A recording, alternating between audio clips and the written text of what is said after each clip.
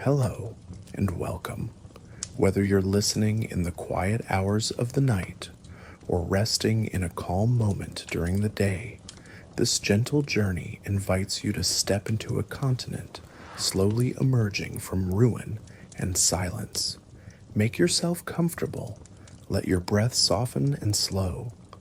Allow the echoes of war to fade as we drift into the fragile calm that followed one of history's darkest chapters. This is Europe after World War II and the Marshall Plan, a serene, reflective exploration of how recovery, cooperation, and hope took shape across a wounded continent. Take a slow, steady breath. As you exhale, imagine cities resting beneath pale morning light, streets lined with rubble, windows open to fresh air, and the quiet determination of people beginning again. The war is over, but its scars remain etched into stone and memory. In this peaceful retelling, there is no conflict, no urgency, only gentle observation. We move slowly through the years of rebuilding, noticing how lives resumed, economies restarted, and trust was carefully restored. Picture yourself standing near a rebuilding city square. The sound of construction echoes softly, mingling with voices and footsteps. Trains run again. Markets reopen. New plans are drawn not for conquest, but for stability and cooperation. Though you remain safely where you are, you may sense the cautious optimism spreading across borders, the belief that shared recovery could lead to a more peaceful future. In the chapters ahead, we'll explore how Europe transformed after World War II, how the Marshall Plan supported recovery, how nations rebuilt industries and communities, and how this era reshaped politics, economies, and everyday life. We'll move gently through these changes, letting history unfold like a calm sunrise over a recovering land. For now, settle in, breathe deeply, and allow this peaceful journey into post-war Europe to begin.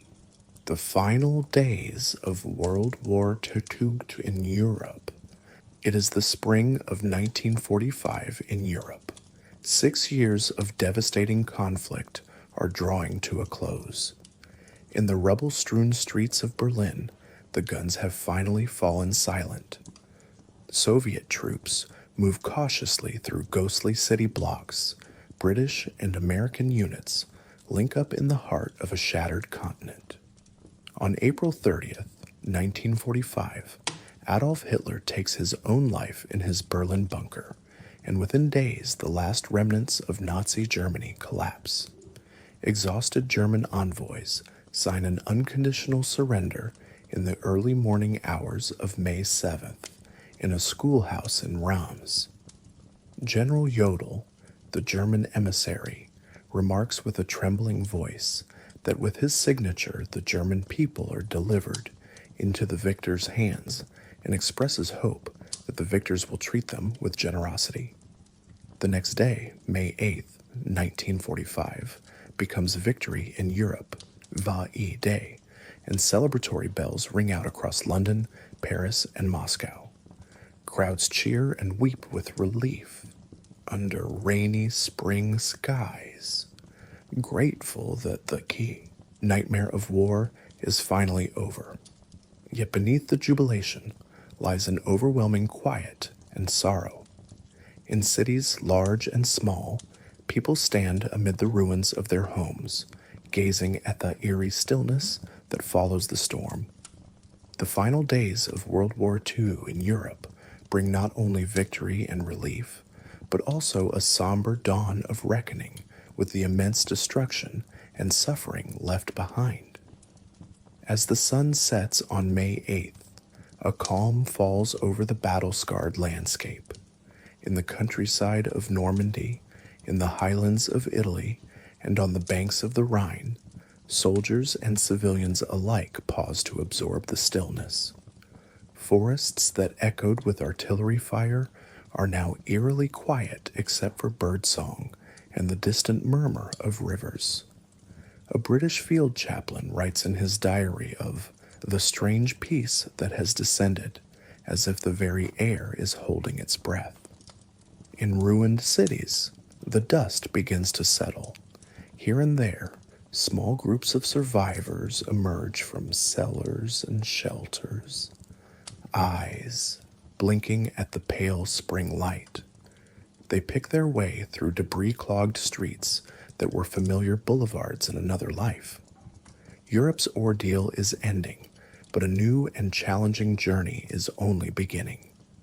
The war's final hours leave an unforgettable impression, a mix of gratitude, grief, and uncertainty about what the future will bring. In this calm after the storm, Europe stands at a crossroads, mourning what was lost and tentatively hoping for renewal in the years to come. Devastations across Europe in 1945. When World War II ended, Europe lay in ruins. The scale of destruction was almost beyond comprehension.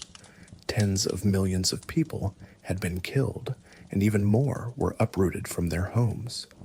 Great cities that once teemed with life had been blasted into skeletal shells of brick and stone. Roads and railways were destroyed, factories and bridges bombed out, and farmland left neglected or scorched. In the words of one contemporary observer, the devastation in some cities had to be seen to be believed. For example, in Germany, 66% of the houses in Cologne were destroyed, and in Dusseldorf, an astonishing 93% of dwellings were left uninhabitable. Across the continent, landmarks and ordinary homes alike had been reduced to rubble. In Poland's capital of Warsaw, roughly 85% of the city lay demolished by 1945, block after block of collapsed buildings, forming a gray wasteland. Statisticians later calculated that in Berlin there were nearly 30 cubic meters of rubble for every inhabitant, a stark measure of how thoroughly the war had wrecked the physical infrastructure of daily life. In every direction, one could see scenes of desolation.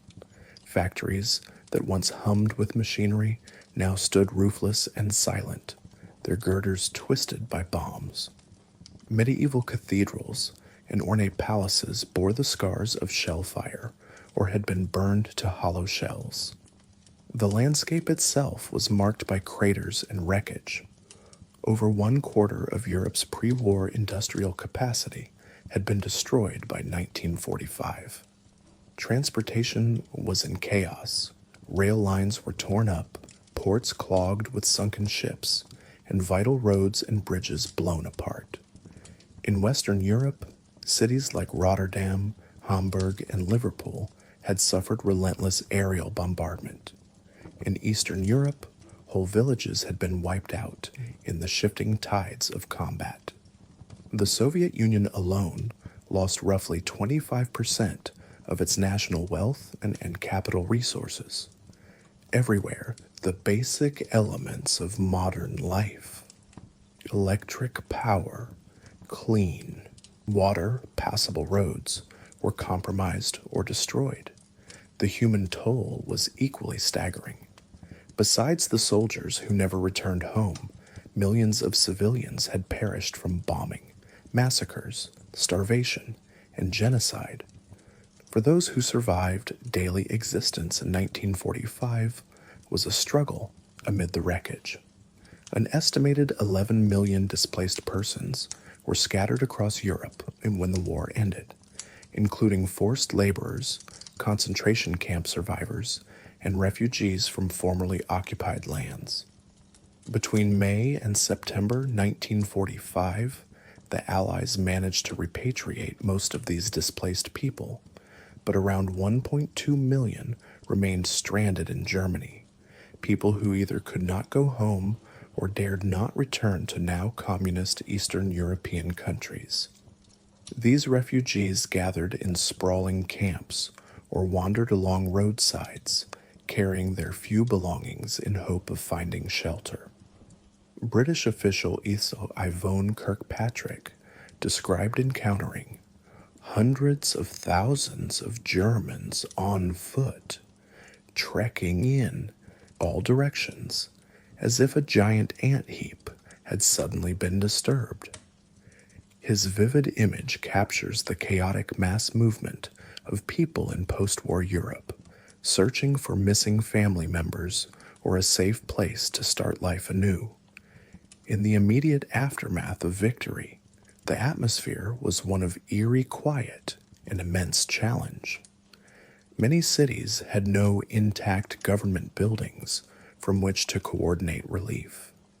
In Germany, there was literally no functioning national government after the surrender.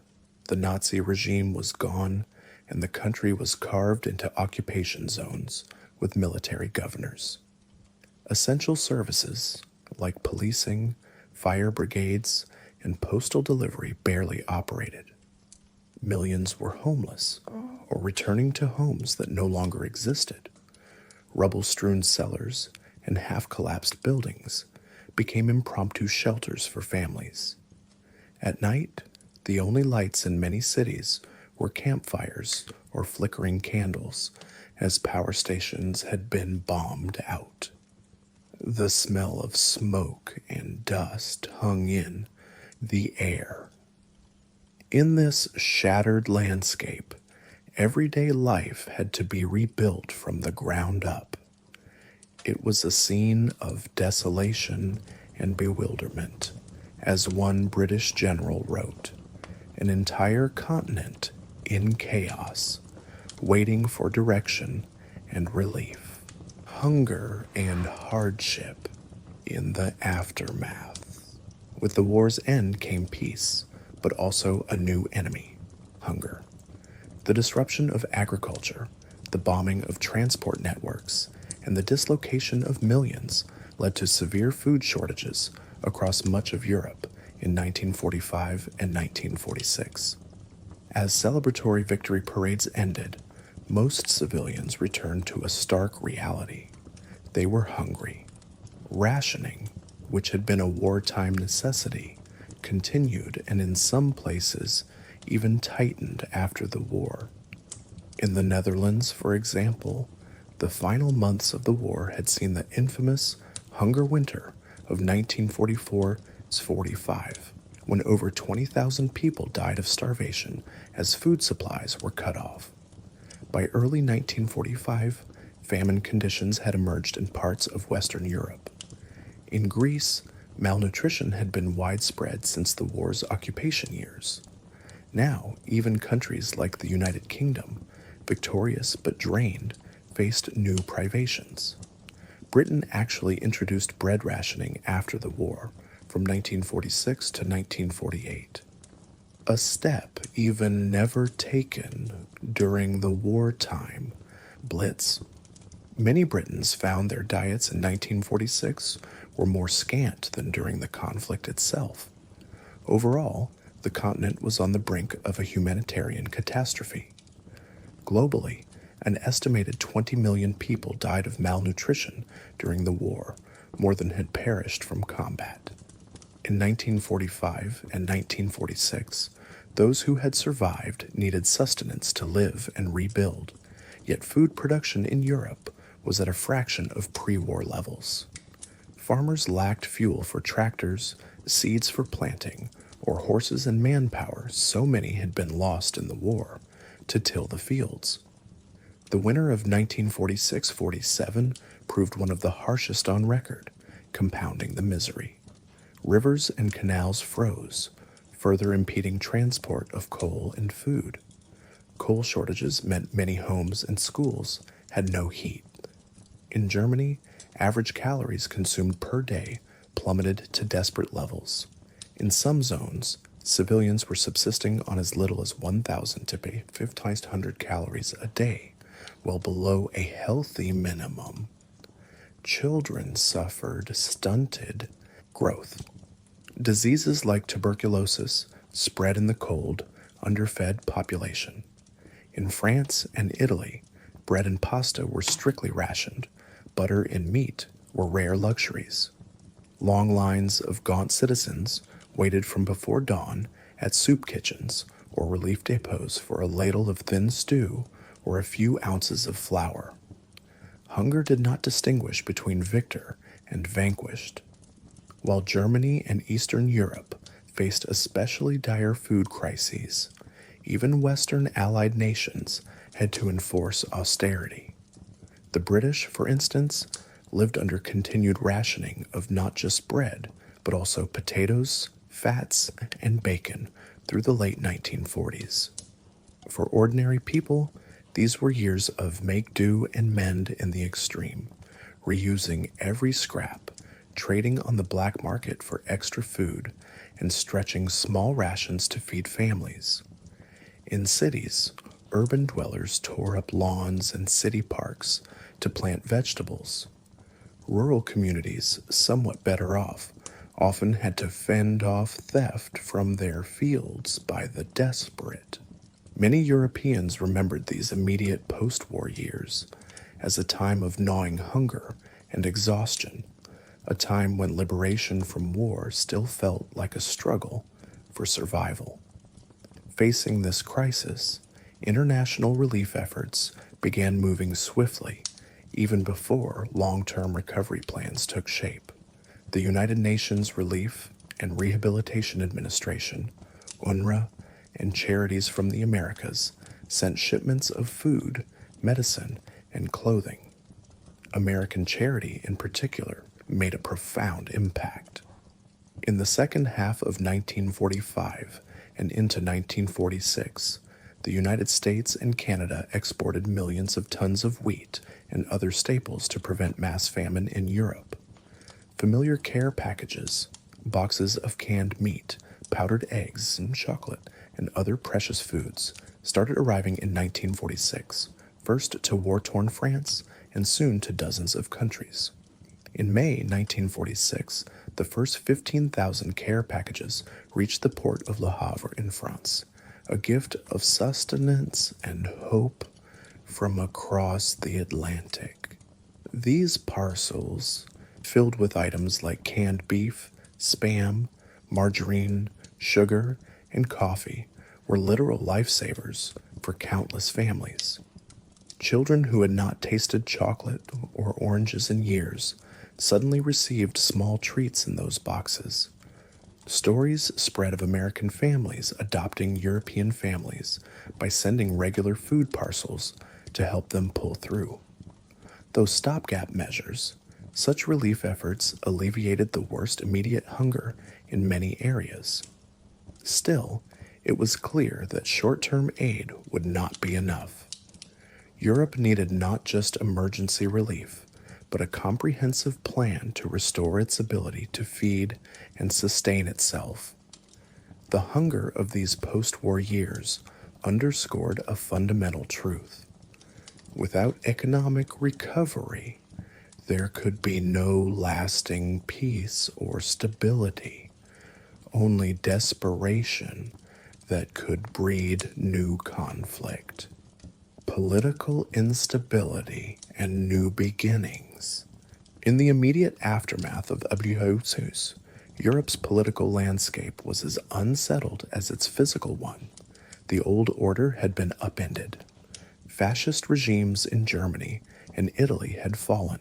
Many pre-war governments were in exile or had collapsed. As the guns quieted, power vacuums yawned open across the continent. In occupied Germany and Austria, there was no native government at all.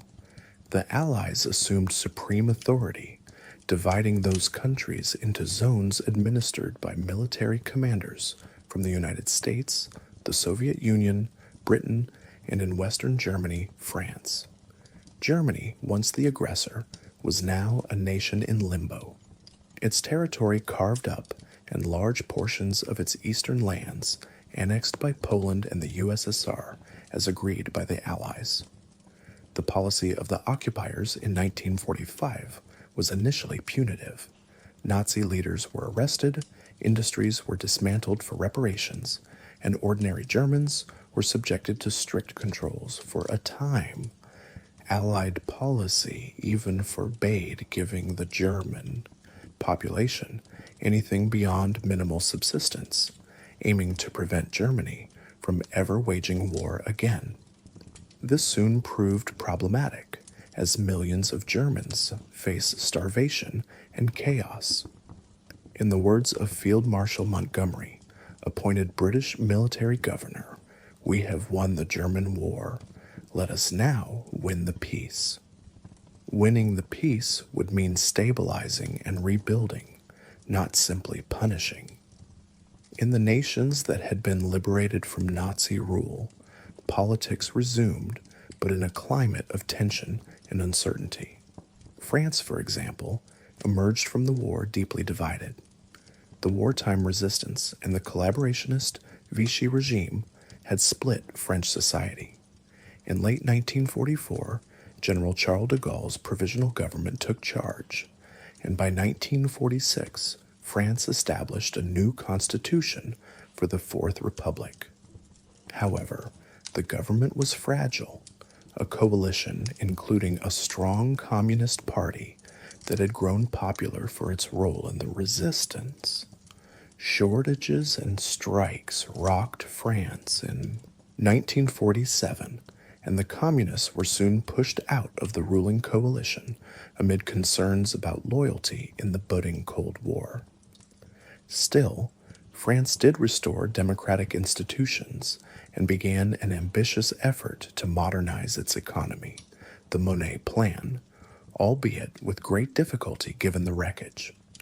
Italy, having overthrown Mussolini in 1943 and switched sides, held a referendum in 1946 in which Italians voted to abolish the monarchy that had supported fascism. Italy became a republic and, like France, saw its Communist Party gain influence due to wartime resistance. Political instability flared as Italians debated their future. In the 1948 elections, fears that the communist left might win and possibly align Italy with the Soviet bloc were widespread. That election ultimately resulted in a clear victory for the pro-Western Christian Democrats, aided in part by covert American support and the promise of economic aid. Italians, weary of turmoil and hunger, chose a pro-democracy, pro-US path, but it was a close and hard-fought decision.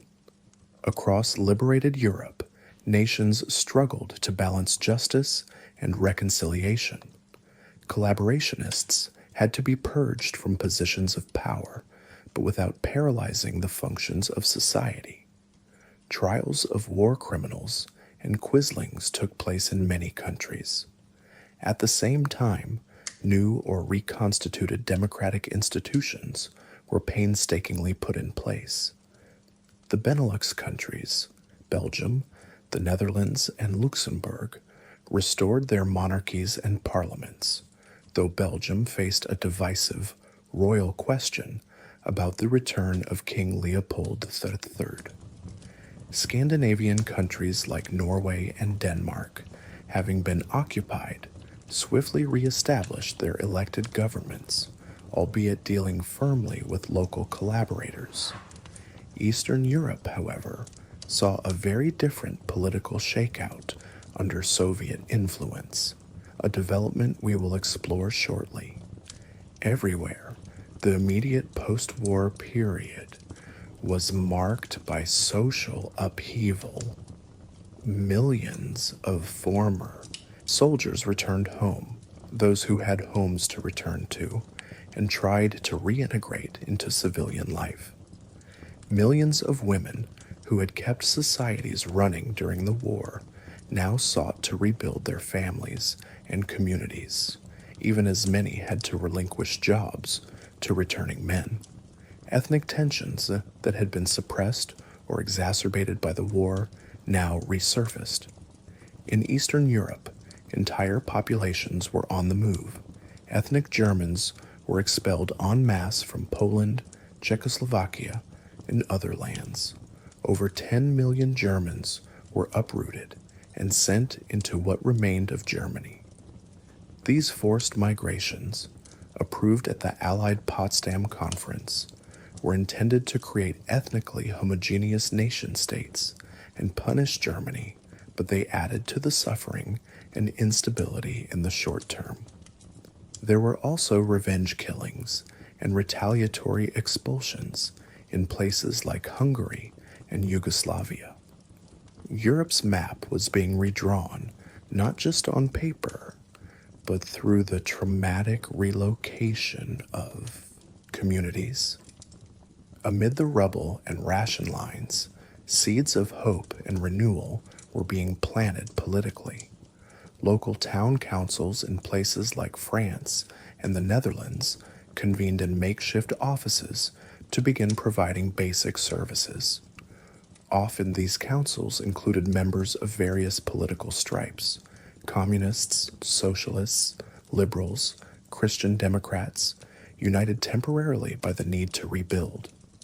In occupied Germany, Allied authorities initially banned all political activity beyond the local level. But before long, realizing that Germans needed to take some ownership of their recovery, the Western Allies encouraged the revival of democratic parties. By late 1945 and 1946, elections for local councils were held in the Allied zones of Germany, and new leaders emerged to help administer cities under Allied oversight. In Japan, on the other side of the world, a similar story was playing out under American occupation, but Europe's case was complicated by its plurality of nations and the looming presence of the Soviet Union in the East. Nonetheless, by 1947-48, Western Europe was slowly finding its political footing, setting up the scaffolding of democratic governance that would help guide the massive reconstruction ahead. The emergence of American and Soviet zones of influence. Even as Europe grappled with internal recovery, a geopolitical rift was forming that would divide the continent for decades. The alliance of the United States, Britain, and the Soviet Union, so essential to defeating Hitler, began to fray almost as soon as the common enemy surrendered. In the vacuum left by Nazi Germany's collapse, two great powers with very different visions for Europe faced each other: the Western democracies, led by the United States, and the Communist Soviet Union under Joseph Stalin. The continent split into spheres of influence, often called the Western Bloc and Eastern Bloc, a division famously dubbed the descent of an Iron Curtain across Europe. On one side, Western Europe aligned with American leadership and its promises of aid and democracy. On the other, Eastern and Central Europe fell under Soviet domination and communist rule. This division did not happen all at once, but key events in 1945-1948 cemented the split. At the Yalta Conference in February 1945 and the Potsdam Conference that July, Allied leaders had agreed on certain post-war arrangements, including the occupation zones of Germany and the principle of free elections in liberated countries. In practice, however, Stalin's Soviet Union soon exerted tight control over the lands its forces occupied. As Soviet troops had pushed west in 1944 and 45, they installed sympathetic communist officials in areas liberated from the Nazis. By war's end, the USSR effectively occupied all of Eastern Europe and the Balkans, except Greece. In the immediate post-war months, Stalin moved to turn this military presence into political dominance. One by one, countries in Eastern Europe saw the suppression of non-communist parties and the rise of Moscow-aligned regimes. Poland, for instance, had a provisional government that included some democratic leaders, but through coercion and vote rigging and the exile of the Polish government in exile. By 1947, Poland was firmly in communist hands. Romania and Bulgaria underwent swift Soviet-backed coups in late 1946, abolishing their monarchies and installing communist republics. In Hungary, free elections in 1945 initially gave a victory to non-communist parties, but the Soviet presence allowed the local Communist Party to steadily undermine and eliminate its rivals, culminating in a complete takeover by 1948. Albania and Yugoslavia were a bit different. Their communist partisans had largely liberated themselves, but they too fell within the socialist camp. Yugoslavia, under Tito, would later split with Stalin but remained communist. By 1948, the only Eastern European nation not under a communist government was Czechoslovakia, and that exception ended dramatically in February 1948, when Czechoslovakia's Communist Party, backed by Soviet pressure, seized full power in a coup. Thus, by mid-1948, the map of Europe had a hard east-west divide. The East was entirely communist, except beleaguered Greece and neutral Finland, while the West remained pluralist and capitalist. Germany became an early focal point of this emerging Cold War division. The country was split into 4 occupation zones, as agreed: Soviet in the East, and French, British, and American in the West. Initially, the plan was to govern Germany jointly through the Allied Control Council, treating it as one unit, but cooperation broke down quickly, especially over economic policy. The Soviets extracted heavy reparations from their zone, dismantling factories and railroads to ship east, while also demanding reparations from the Western zones. The Western Allies, meanwhile, grew concerned that keeping Germany destitute would backfire, preventing European recovery. Tensions escalated. In 1946, the U.S. and Britain merged their zones economically into a bizone to promote efficiency. By 1947, American policy shifted toward rebuilding the German economy, recognizing it as essential for broader European stability. Soviet authorities viewed these moves with suspicion, fearing a revived Germany aligned with the West. The ideological gulf was widening. Western leaders spoke of democracy, open trade, and the Marshall Plan, which we will soon detail, to restore Europe, while the Soviets talked of security, control, and an alternative socialist economic integration in their sphere, later formalized as the Molotov Plan and Comcon.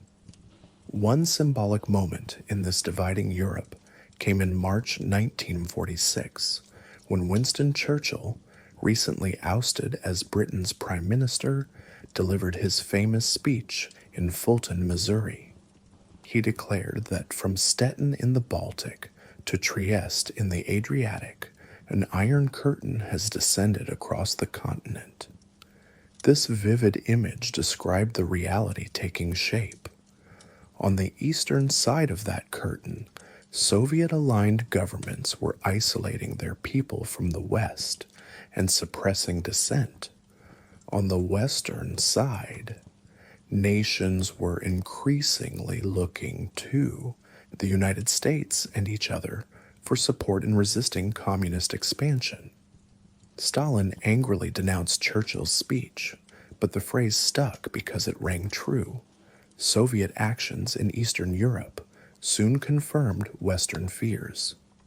In 1947, when Secretary of State George C. Marshall offered his generous aid plan to all of Europe, Stalin forced his satellites in Poland and Czechoslovakia to refuse Marshall Plan aid, even though those countries initially showed interest.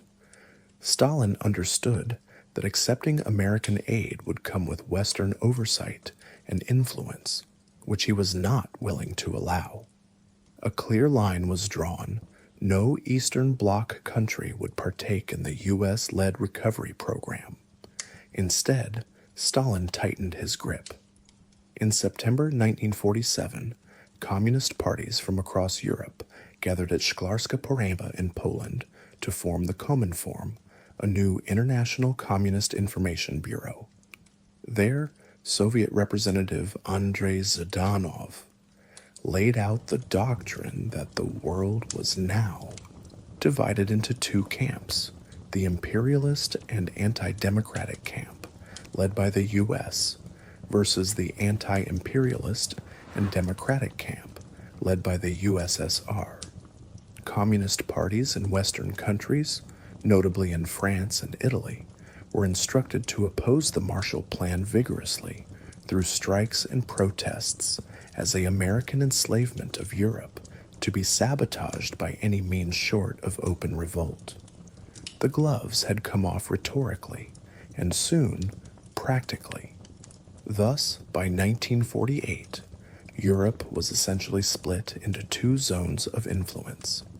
In the West, countries were rebuilding with pluralistic politics and beginning to cooperate with American help.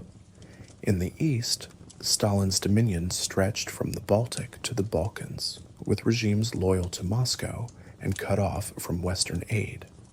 Berlin, lying deep in the Soviet zone of Germany, but divided into East and West sectors among the Allies, became an especially tense flashpoint. In 1948-49, the Soviets would even blockade West Berlin in an attempt to force the Western Allies out. The Western answer, an extraordinary airlift of supplies to sustain the city, further crystallized the division of Europe and the onset of the Cold War. It was in these critical post-war years that the fragile Grand Alliance unraveled and a bipolar order took shape. Europe was no longer the center of world power as before the war. Instead, it became the primary theater for the silent, mounting struggle between the United States and the Soviet Union. A struggle that would frame the context for Europe's recovery and the implementation of the Marshall Plan. The beginnings of the Cold War. Even before the Marshall Plan was conceived, the United States had begun to pivot its policy to confront the looming Soviet threat. The immediate post-war years gave rise to what became known as the Cold War, a state of political and military tension between the Western Allies, led by the U.S., and the Soviet bloc. Many historians mark its formal beginning in 1947, but its roots lay in the very end of WWII and the clashing interests of two superpowers on European soil. Key early episodes illustrate how this Cold War climate emerged, influencing the decisions that followed. One early flashpoint was Greece.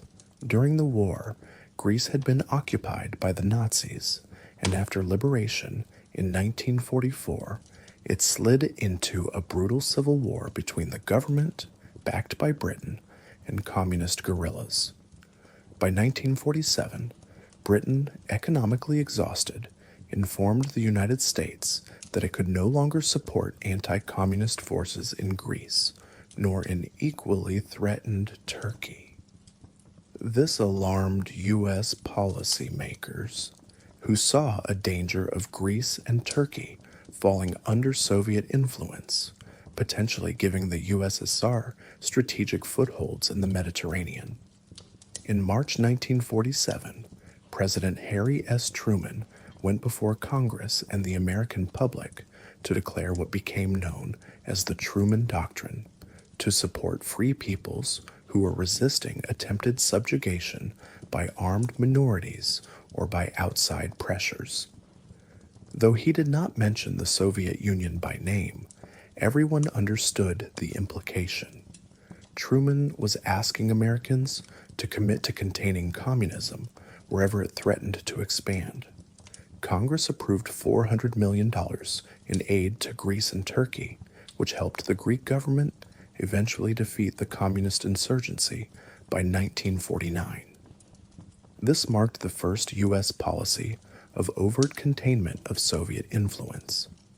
As one historian noted, the Truman Doctrine provided strong anti-communist rhetoric and set the stage for more comprehensive aid programs, even if it did not yet outline exactly how to rebuild economies. At the same time, U.S. officials were assessing the broader condition of Europe and reaching sobering conclusions. Influential figures like diplomat George Kennan in the State Department argued that the Soviet Union would opportunistically expand its power unless checked by firm Western resistance. In early 1946, Kennan sent his famous long telegram from Moscow, followed by an article as AX in Foreign Affairs magazine, analyzing Soviet motives and calling for a strategy of containment, preventing the further spread of communism by exerting counter-pressure. Washington leaders were receptive to Kennan's views. Additionally, Under-Secretary of State William Clayton, after touring Europe in spring 1947, reported that the situation was dire and deteriorating. Europe, he warned, was on the verge of economic, social, and political disintegration that could overwhelm the continent without further prompt and substantial aid from the United States. Clayton's urgent memo underscored both humanitarian concern and the fear of communism thriving amid chaos. Another event that galvanized American resolve was the Moscow Conference of Foreign Ministers in April 1947. Secretary of State George Marshall attended negotiations with his British, French, and Soviet counterparts over the German and Austrian peace settlements. The conference made virtually no progress. Marshall came away convinced that the Soviets were deliberately stalling any agreement to keep Europe weak. He later said the Moscow talks proved conclusively that the Soviet Union could not be induced to cooperate in achieving European recovery.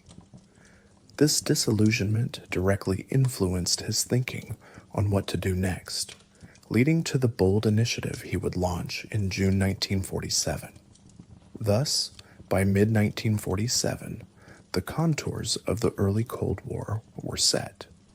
The United States had assumed Britain's mantle as the principal defender of non-communist Europe, committing money and support to embattled nations on the periphery. American leaders believed that economic despair was a breeding ground for communism. Conversely, reviving prosperity would provide a bulwark against leftist revolutions. In Europe, moderate and conservative politicians echoed this belief. For instance, Italy's Alcide de Gasperi and France's Robert Schuman worried that if their countries did not recover soon, their people might vote in the communists out of desperation. Meanwhile, Stalin solidified his hold on Eastern Europe, counting on the fact that the Red Army's presence was an irreversible reality on the ground. He likely saw Western attempts to intervene in Eastern Europe as futile, and indeed, the U.S. did not seriously challenge Soviet domination of countries like Poland or Romania at that point. Instead, the battleground shifted to the economic front in the West. If Western Europe could be pulled out of crisis and tied firmly to the U.S., Stalin's chances of extending influence there would dwindle, The Cold War's beginning profoundly shaped the rationale and design of the Marshall Plan. American aid was not conceived as mere charity. It was as much a strategic weapon as a humanitarian effort. President Truman and his advisors recognized that prosperity is the best defense against communism. A member of Congress, reflecting on this period, said later that in those years, we learned that food was ammunition in the Cold War. Food, fuel, raw materials, machinery, these would be the tools with which the U.S. fought to secure a free and friendly Europe. The stage was set for an extraordinary American intervention in Europe's fate, motivated by a mix of generous idealism and hard-nosed security concerns. The outcome would not only help decide Europe's economic future, but also draw the lines of the Cold War more starkly. It is against this backdrop of escalating East-West tension and urgent calls for action that the Marshall Plan came into being. Europe's economic collapse and the need for aid. To truly appreciate the Marshall Plan's impact, we must grasp how desperate Europe's economic situation was in 1945-1947. The war had wrecked not just buildings and roads, but also the intricate web of trade, finance, and production that made modern economies function. European nations emerged from WWII bankrupt or nearly so. Governments had emptied their treasuries to finance resistance or military campaigns. Gold reserves were gone, overseas investments sold off, and debts piled high. The normal engines of commerce were broken. Factories lacked raw materials and spare parts. Rail lines and ports needed repair before goods could move. Farmers had no fuel for tractors or fertilizer for fields. Industrial and agricultural output in 1945 was a small fraction of pre-war levels all across the continent. As one bleak indicator, by 1947, the overall economic output of Western Europe was still below 70% of its pre-war level, and in some countries far lower. Meanwhile, populations were in urgent need of employment, housing, and food. A few stark examples illustrate this collapse. Germany, formerly Europe's industrial powerhouse, was in utter disarray. Under Allied occupation policies, its factories were initially limited to very low production levels to prevent any rearmament. On top of that, the Nazi economy had already been on the brink by 1945, with currency in chaos and a thriving black market substituting for formal commerce. With the Reichsmark practically worthless, a barter economy took hold. Cigarettes, coffee, and stockings became mediums of exchange more trusted than money. In one dark winter, the people of Berlin reportedly survived by exchanging personal belongings for potatoes and coal from nearby farmers. Italy likewise saw its lira currency lose value amid inflation and economic paralysis. Unemployment soared as returning soldiers and former war workers found few opportunities.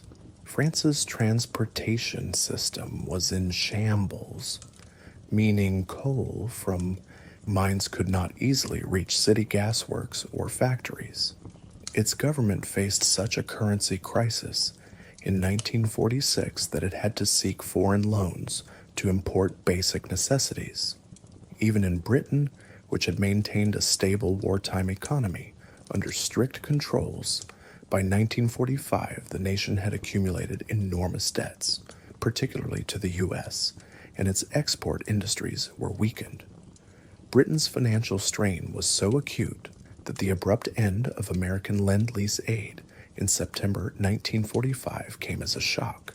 London suddenly had to secure an emergency loan of $3.75 billion from the United States in 1946 just to stay solvent. That loan, while helpful, came with conditions that forced Britain to make its pound sterling freely convertible, a move that backfired and drained Britain's reserves within weeks, worsening the crisis. A crucial point to understand is the shortage of US dollars in post-war Europe. The United States emerged from the far stronger economically, its infrastructure intact, and economy booming from war production, and it became the primary source of the food, fuel, and machinery Europe needed. However, European countries had little to no foreign exchange, gold or dollar reserves, to pay for imports. During the immediate relief period, 1945-46, the U.S. had provided some aid outright and allowed credit for emergency purchases.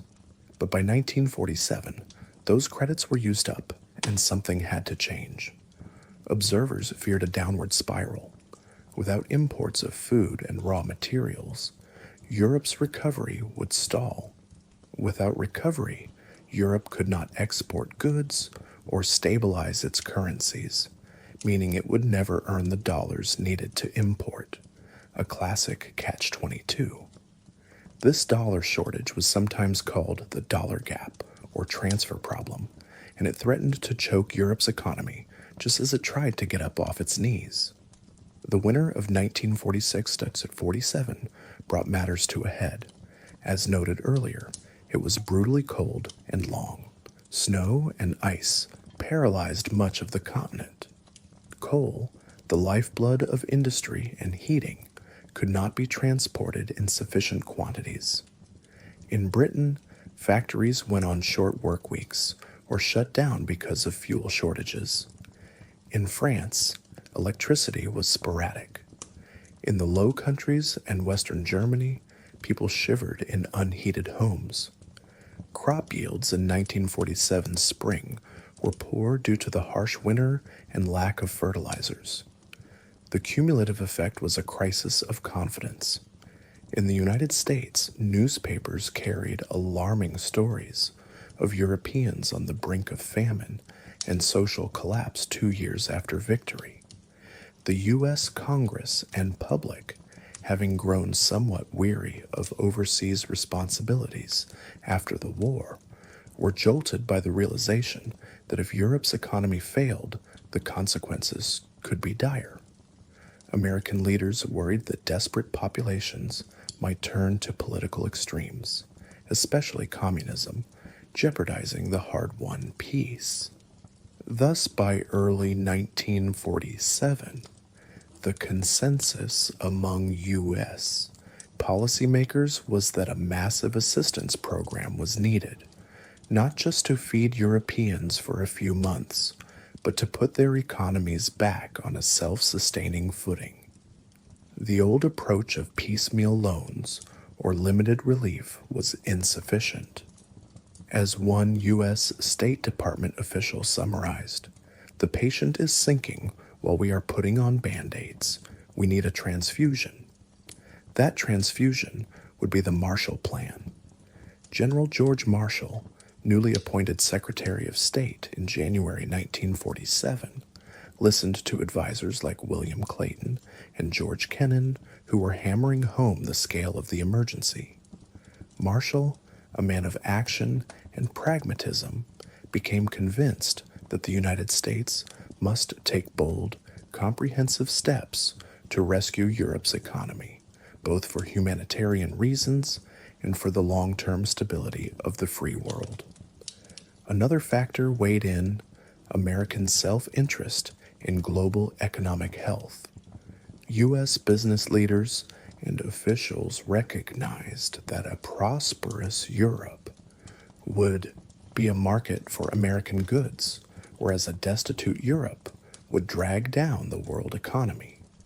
As early as 1945, some far-sighted minds like former U.S. President Herbert Hoover, then overseeing European food relief, recommended generous aid to rehabilitate Germany and Europe, warning that otherwise the U.S. would end up permanently subsidizing a sinkhole of poverty or facing new conflicts.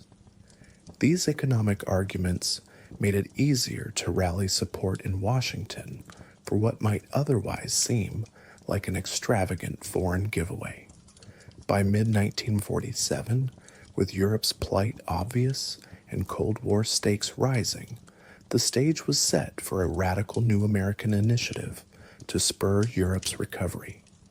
The question was how to design such a program in a way that would truly teach Europeans to help themselves, revive trade, and not be perceived as mere charity or imperialism.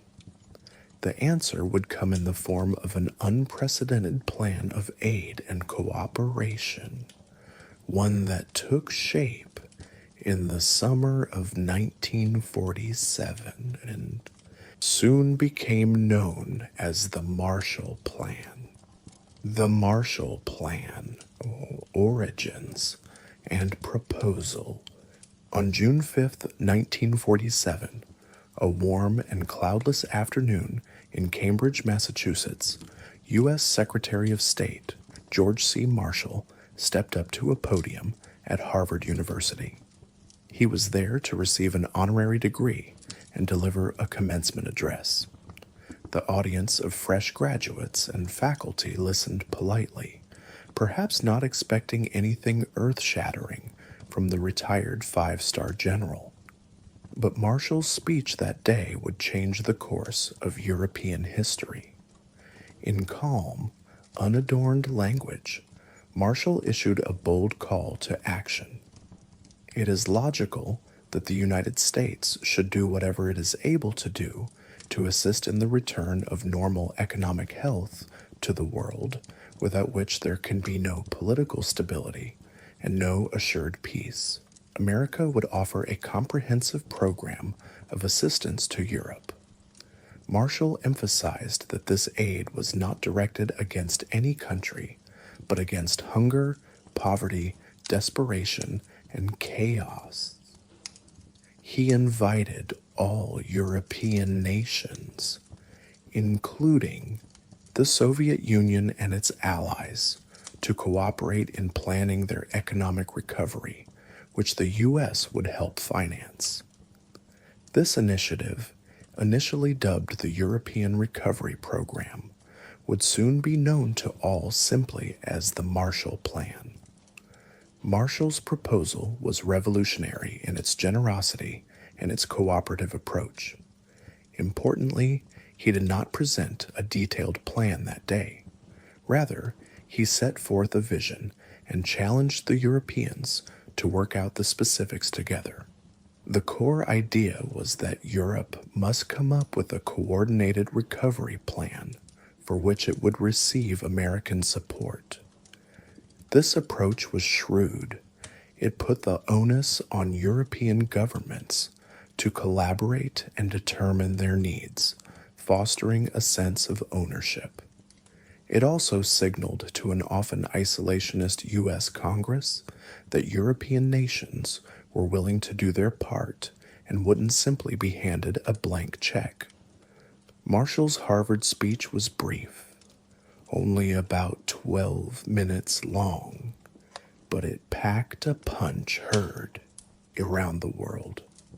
British Foreign Minister Ernest Bevin later said he had grabbed Marshall's speech and read it through with mounting excitement, realizing it was a lifeline for Europe. Across the continent, newspapers headlined what they soon dubbed an American Marshall Plan for Europe. At its heart, the Marshall Plan's goals were clear: to rebuild war-torn regions, boost European industrial and agricultural production, restore sound currencies and finances, expand trade among European countries and with the world, and lift the living standards that had plummeted. Underpinning these economic aims was a profound political goal: to strengthen Western Europe against communism. American leaders were frank about this dual purpose. Fanned by the fear of communist expansion, the U.S. Congress was far more inclined to approve massive spending when framed as a bulwark for freedom. In 1947, communist parties were strong in France and Italy. Both countries had criticals. Elections looming. Italy's was in April 1948, where a communist victory seemed plausible. The Marshall Plan offered a counter-argument to communist promises: real material improvement, courtesy of American partnership, rather than Soviet-style revolution. As Marshall's Undersecretary Dean Acheson put it, never had so much relief been granted to so many by so few. The Soviet reaction to Marshall's initiative was swift and negative. Initially, the U.S. had indeed offered aid to the Soviet Union and Eastern Europe. Marshall's speech explicitly invited any government that is willing to assist in recovery to participate. Some Eastern European countries showed interest. Even Stalin allowed his foreign minister, Vyacheslav Molotov, to attend preliminary talks in Paris about the plan. But it quickly became apparent that any aid would come with conditions incompatible with Soviet aims, specifically U.S. oversight and requirements for economic cooperation that Stalin feared would erode his control. Within days, Molotov stormed out of the Paris Conference in July 1947, rejecting the Marshall Plan as a capitalist plot. Stalin then pressured Eastern European nations to back out as well. Both Poland and Czechoslovakia had been inclined to seek American aid, but Stalin summoned their leaders to Moscow and forbade it. Poland was rewarded for its obedience with a bilateral Soviet loan and grain shipments, a pale substitute for what Marshall was offering. The Czechoslovak foreign minister, Jan Masaryk, lamented that after returning from Moscow, "I went to Moscow as the foreign minister of an independent country and returned as a lackey of the Soviet government." The Iron Curtain was thus drawn even tighter. Eastern Europe would receive no Marshall aid, and in fact the Common Form was established soon after specifically to counter Marshallization with propaganda and strict ideological control. In early 1948, as mentioned, Czechoslovakia's nascent democracy was snuffed out in a coup, shocking Western Europe and underscoring the East-West divide. For the Western nations, however, Marshall's invitation was a godsend. Acting with uncharacteristic speed and unity, 16 nations of Western Europe met in Paris in July 1947 to formulate a joint recovery program. They ranged from large states like France, Britain, and Italy to smaller ones like Belgium, the Netherlands, Norway, Denmark, and even Turkey and Greece, who, though partly outside Europe geographically, were included for strategic reasons. The Organization for European Economic Cooperation, OECC, was created to coordinate these countries' efforts and liaise with the U.S.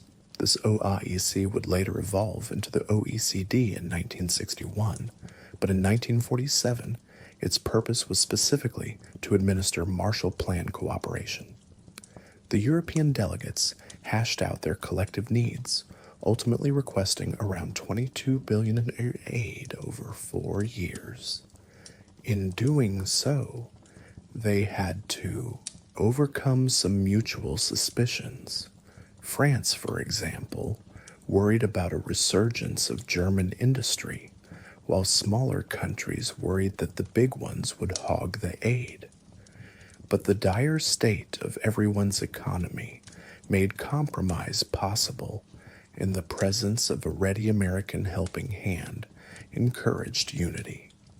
Back in Washington, the Truman administration prepared to sell the plan to Congress and the public. They rebranded the bold idea as the Marshall Plan, putting the esteemed general's nonpartisan reputation at the forefront. rather than calling it the Truman Plan, which might have been more politically divisive. The administration inundated Congress with data and witnesses about Europe's plight and the threat of communism. In a climate of growing Cold War anxiety, intensified by events like the Soviet-backed coup in Prague, Congress was convinced. In March 1948, despite some initial resistance from fiscal conservatives, the U.S. Congress passed the Economic Cooperation Act, authorizing what would eventually total about $12.7 billion aid to Europe over 4 years. President Truman signed it into law on April 3, 1948.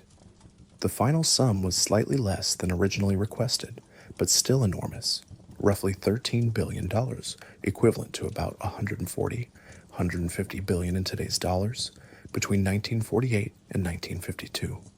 This represented about 3% of the combined national income of the recipient countries over that period, a significant boost.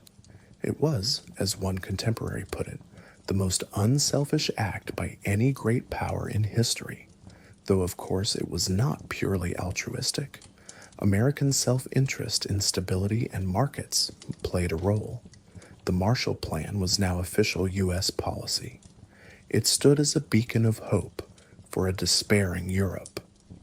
Still, turning money into actual recovery would be a complex task.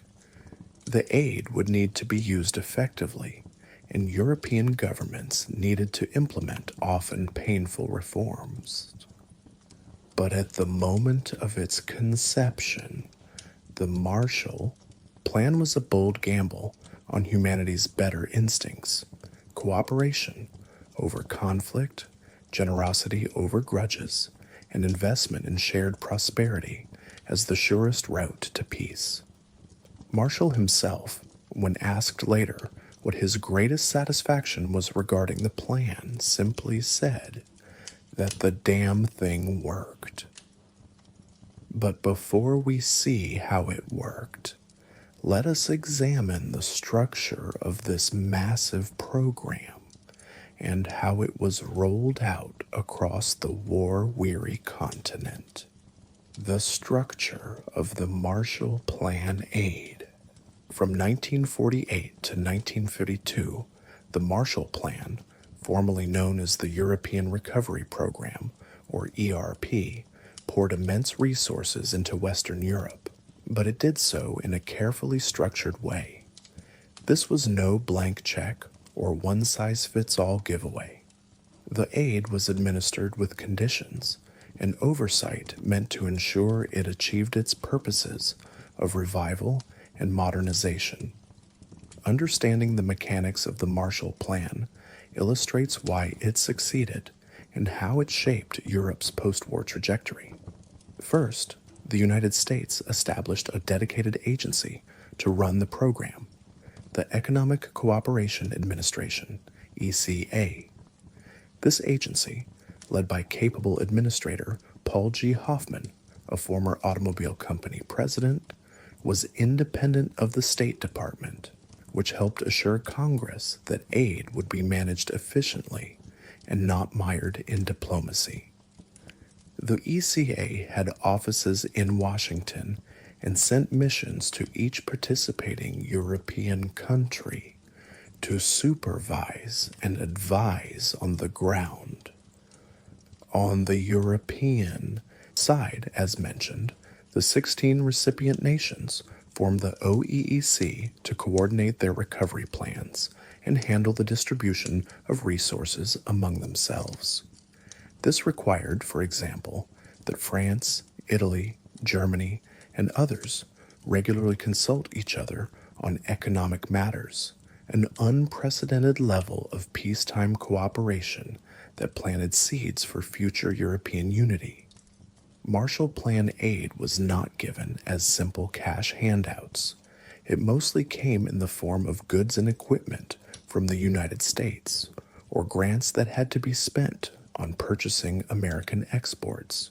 For example, the U.S. shipped millions of tons of wheat, corn, and other food, shiploads of coal, petroleum, and steel, and thousands of tractors, trucks, and machinery to Europe.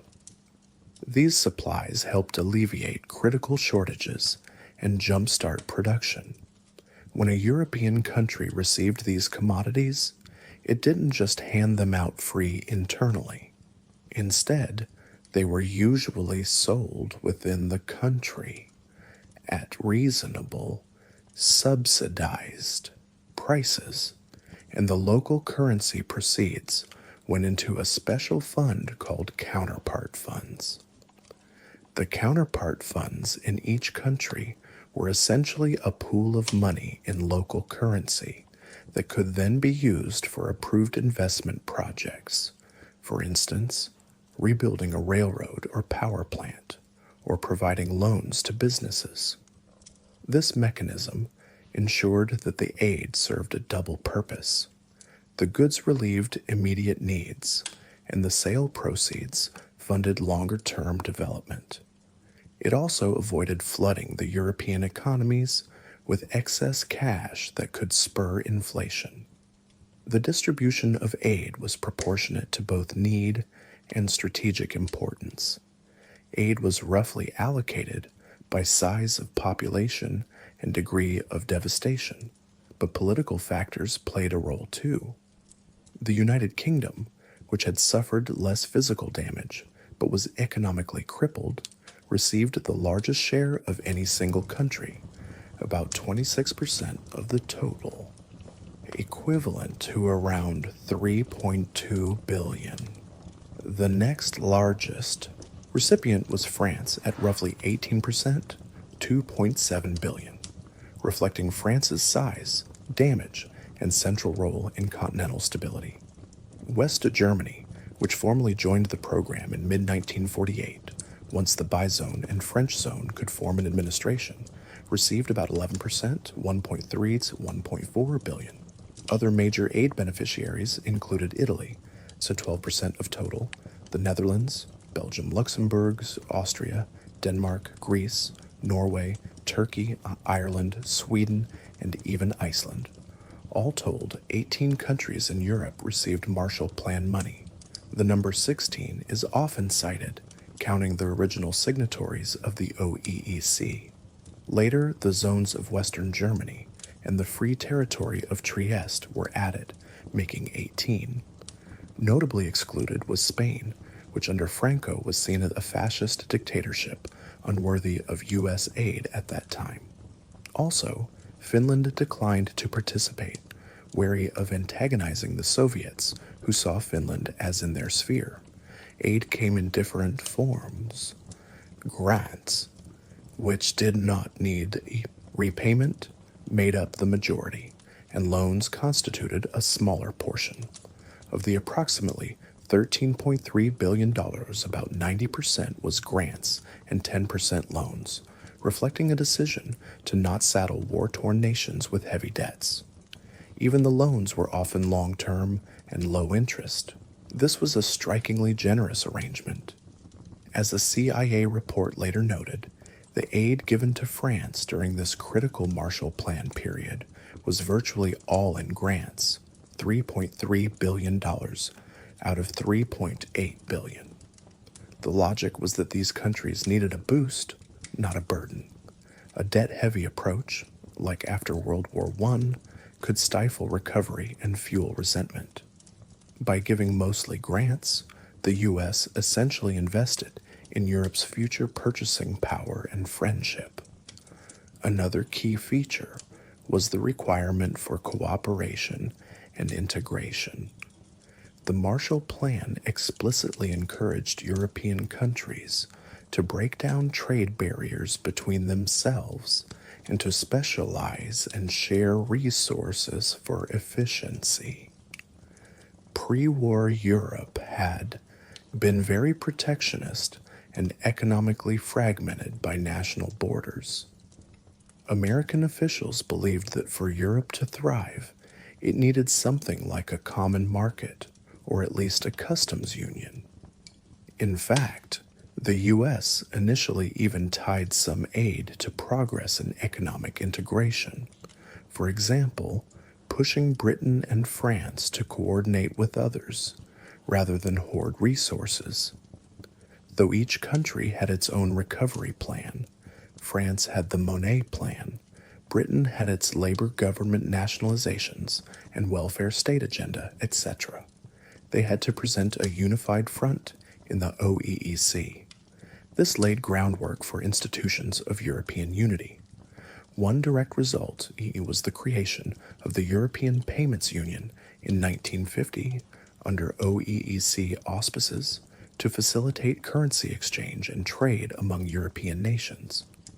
The Marshall Plan's insistence on cooperation is often credited with nurturing the idea of European integration. Indeed, it is no coincidence that in 1951, shortly after the Marshall period, France, West Germany, Italy, and the Benelux countries formed the European Coal and Steel Community, the first step toward today's European Union. As General Marshall himself explained, the Marshall Plan is even more important for what it does not do than for what it does. It did not allow Europe to remain a patchwork of isolated economies. It nudged them to act collectively. The administration of funds involved close monitoring. ECA missions in each country worked with local governments on their recovery targets, increasing agricultural output, stabilizing the currency, improving transportation, etc. If a country faltered or misused aid, there was pressure applied to correct course. For instance, when Italy grappled with inflation and political turmoil in 1947, entry into the Marshall Plan came with advice to tighten fiscal discipline and curb certain subsidies that were bloating the budget. Italy complied as part of a national effort to qualify for and effectively use the aid. In Germany's western zones, the Allies realized that the existing economic restrictions, which had capped German industry to a fraction of pre-war capacity, were impeding recovery for all of Europe. Thus, in mid-1947, the U.S. rescinded the strict limits on German industrial output. By mid-1948, the Allies introduced the German currency reform, replacing the near-worthless Reichsmark with a new Deutsche Mark, which instantly revived trade and production in West Germany.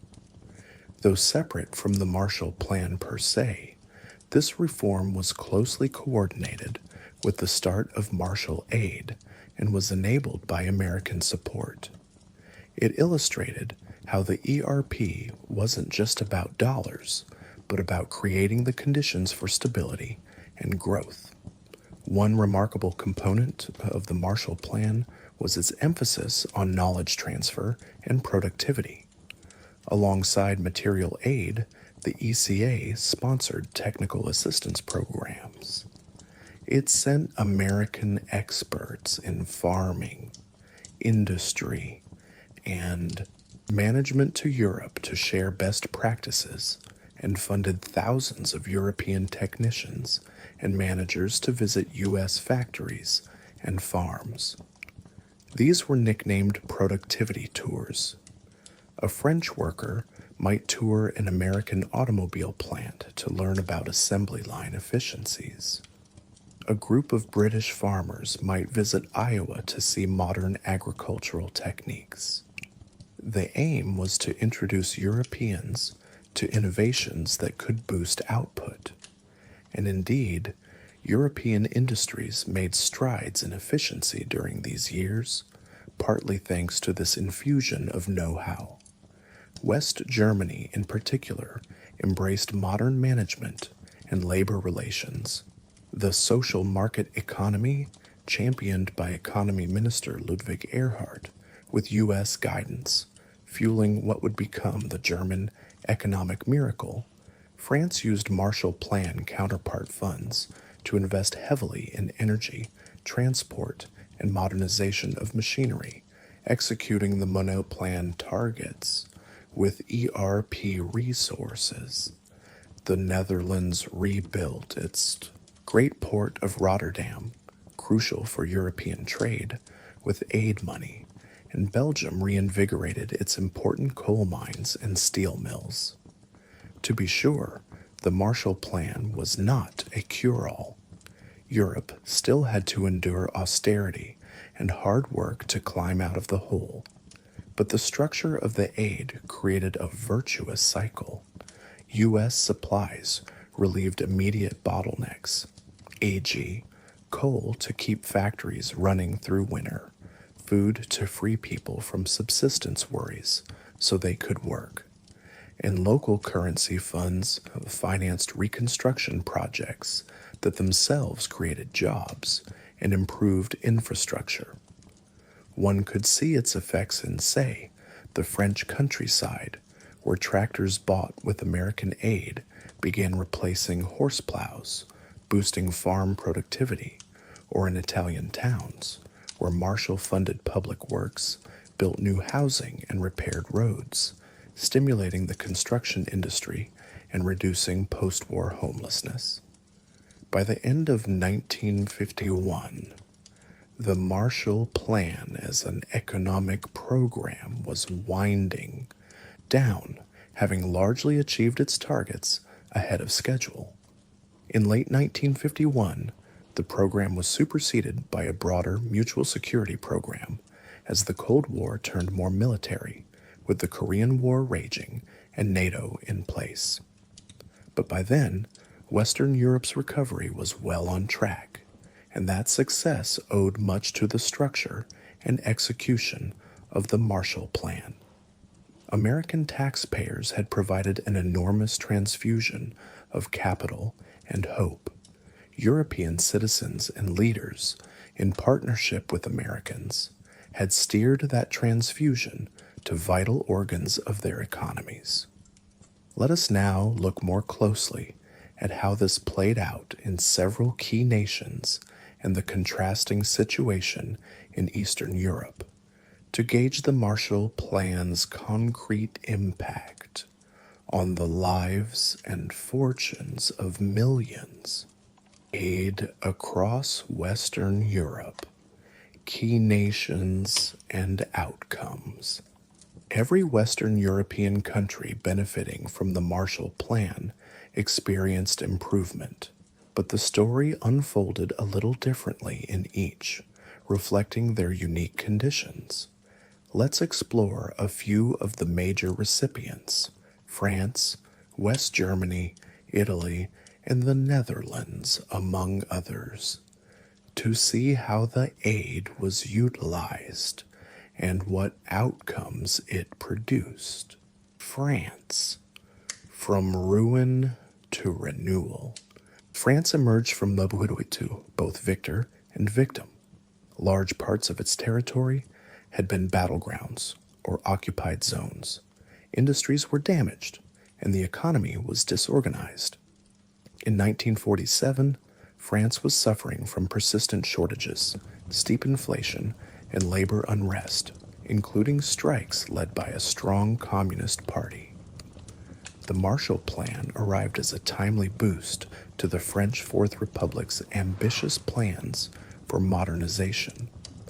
Under the guidance of economic planner Jean Monnet, France had drawn up the Monnet Plan, Plan de Modernisation et d'Équipement, aiming to revamp key sectors: coal mining, steel production, electricity, transport, and agriculture. What France lacked was the capital and hard currency to make it happen. ERP aid filled that gap. Between 1948 and 1952, France received about $2.7 billion in U.S. aid, the second largest amount after the UK. Crucially, the French government maintained exceptional control over how these funds were allocated, ensuring they dovetailed with Monnet Plan priorities. With Marshall Plan resources, France imported American machinery and technology it desperately needed. Factories that had been idle due to lack of equipment were refitted with modern tools. The counterpart funds in France were funneled heavily into industrial investment.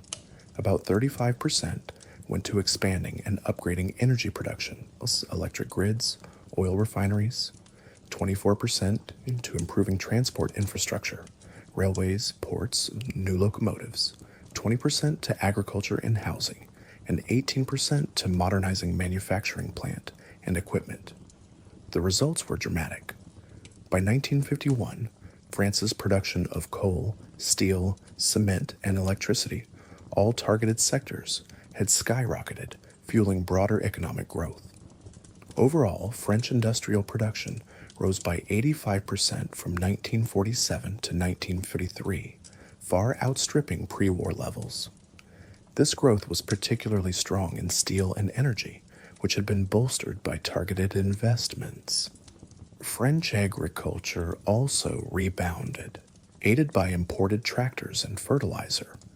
By 1950, France had achieved something like food self-sufficiency, a huge turnaround from the hungry days of 1945. Politically, the economic upswing undercut the Communist Party's appeal. As living standards began to improve, slowly at first, but perceptibly by 1950, more French workers and farmers placed their hopes in the Republic and its Western partners, rather than in revolutionary rhetoric. France also took a leading role in European cooperation, co-founding the coal and steel community with West Germany, partly inspired by Monet's vision and the cooperative habits fostered during the Marshall Plan. West Germany, Wirtschaftswunder beginnings. The case of West Germany, the Federal Republic of Germany from 1949, is often cited as a showcase of Marshall Plan success, though it's important to note that by the time substantial ERP aid started flowing, Germany had also undergone crucial reforms. As mentioned, the currency reform of June 1948 was a catalyst that unleashed pent-up productive capacity in the Western zones. Factories that had been performing under-the-table production due to the dysfunctional currency suddenly had reason to operate openly for profit in Deutsche Marks. Marshall Plan aid then provided the raw materials and fuel to feed that industrial revival. From 1948 onward, West Germany received about $1.4 billion in aid, not as high per capita as some smaller countries, but significant. This aid was used a bit differently than in other countries. Because Germany's industrial plant, though damaged, was still relatively intact, the focus was on supplying inputs like coal, cotton, and steel, and improving infrastructure rather than wholesale re-equipment. For example, ERP shipments provided nearly 30% of West Germany's coal and steel consumption in the crucial early years, filling gaps until domestic mines and mills could ramp up. Likewise, food imports helped feed the population and free up the workforce for reconstruction. West German authorities, under Economic Director, later Chancellor, Konrad Adenauer, and Economics Minister Ludwig Erhard, directed counterpart funds into rebuilding infrastructure, bridges, rail lines, power stations, and stabilizing the new currency and public finances. They also used a portion to pay down some of the crushing pre-1945 debts and to support the many refugees flooding in from the east. In business sectors, Marshall Plan technical assistance was eagerly seized.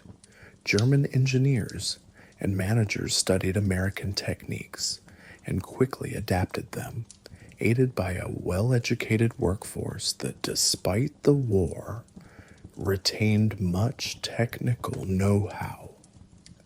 Combined with Erhard's market-oriented reforms, lifting many price controls and fostering competition, the infusion of aid and knowledge helped propel the Wirtschaftswunder, or economic miracle.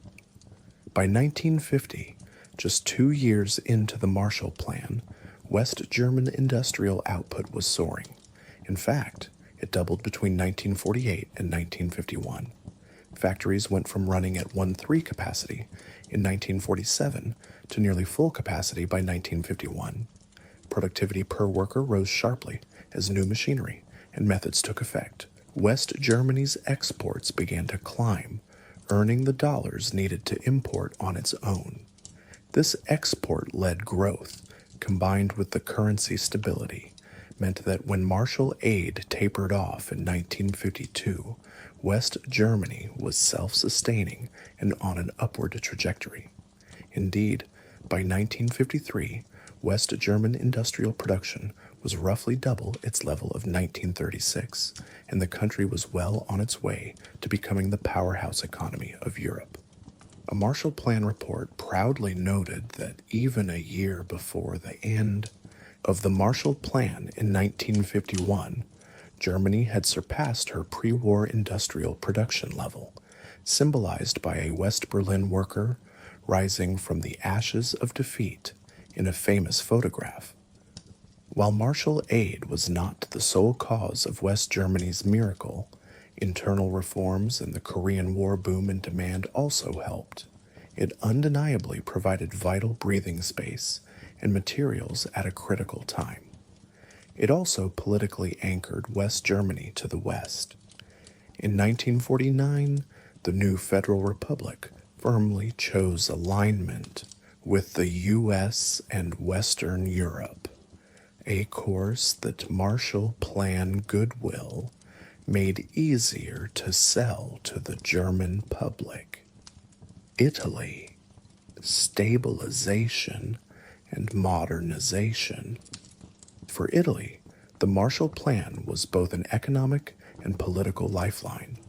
In 1945 to 47, Italy was in turmoil. Its northern industrial region was badly damaged. The economy was struggling with inflation and unemployment, and the Italian Communist Party had massive support among workers and peasants. The April 1948 general election, as noted earlier, was a showdown between the communist-led Popular Front and the Western-oriented Christian Democrats. In the run-up to that election, the U.S. made it clear that a communist Italy might be excluded from ERP aid. Italian voters, amid gentle, and sometimes not so gentle, American influence and weary of instability, chose the Christian Democrats, and Italy enthusiastically joined the Marshall Plan. Over the next 4 years, Italy received around $1.5 billion in aid. Italian Prime Minister Alcide de Gasperi's government used this influx to address critical needs: food for the impoverished South, coal and fuel for industry, and machinery to revive manufacturing. Marshall Plan counterpart funds in Italy were channeled into infrastructure projects like repairing war-damaged railways and roads, extending electrification to rural areas, and land reclamation. The Casa per il Mezzogiorno development program for the underdeveloped South got a boost from ERP resources. The results in Italy were solid, if not as spectacular as Germany's. By 1951, Italy's industrial production was about 30% above pre-war levels and climbing. Agricultural production also surpassed pre-war output, thanks in part to improved equipment and fertilizers from America. The lira currency stabilized, especially after Italy joined the European Payments Union, which disciplined its monetary policy. Unemployment, while still an issue, eased as factories like Fiat in Turin ramped up car production with imported American machine tools, and new industries, such as home appliances, began to grow to meet pent-up domestic demand. Politically, the success of The Marshall Plan, in putting pasta, bread, and jobs back on Italian tables, greatly strengthened Italy's pro-Western orientation. The grateful De Gasperi famously told Americans that the plan averted the danger of hunger and despair that would have given communism the upper hand. Indeed, after 1948, the Italian Communist Party steadily lost ground as the economy improved. The Marshall Plan also encouraged Italy to look beyond its borders economically.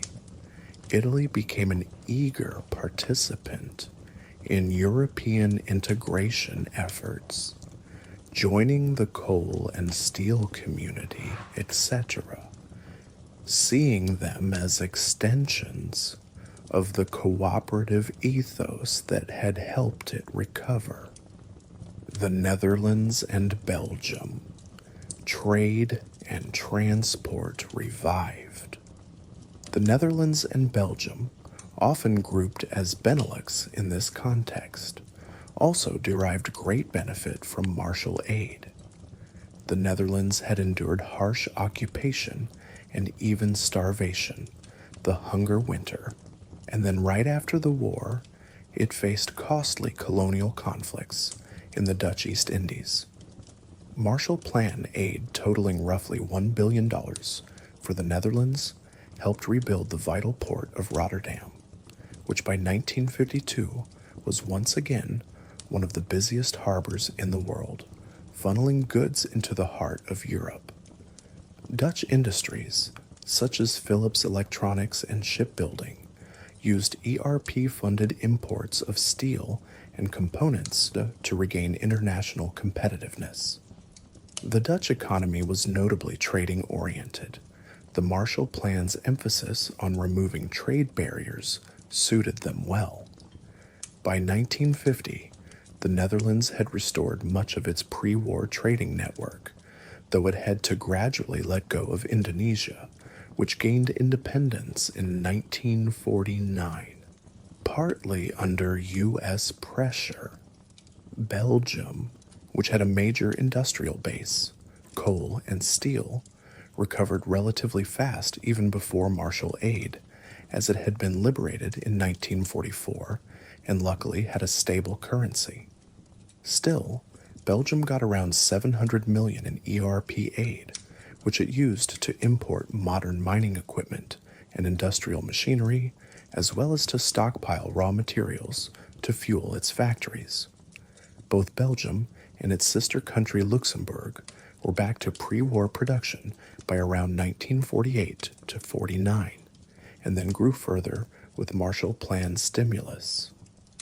They cooperated closely with the Netherlands and France, for example, in forming the Benelux Customs Union, which prefigured broader European integration, exactly the kind of regional teamwork the Marshall Plan encouraged. Smaller beneficiaries and special cases. Smaller countries also felt the plan's effects. Austria, landlocked and devastated, received aid that equaled almost 14% of its national income in those years, one of the highest proportions for any country.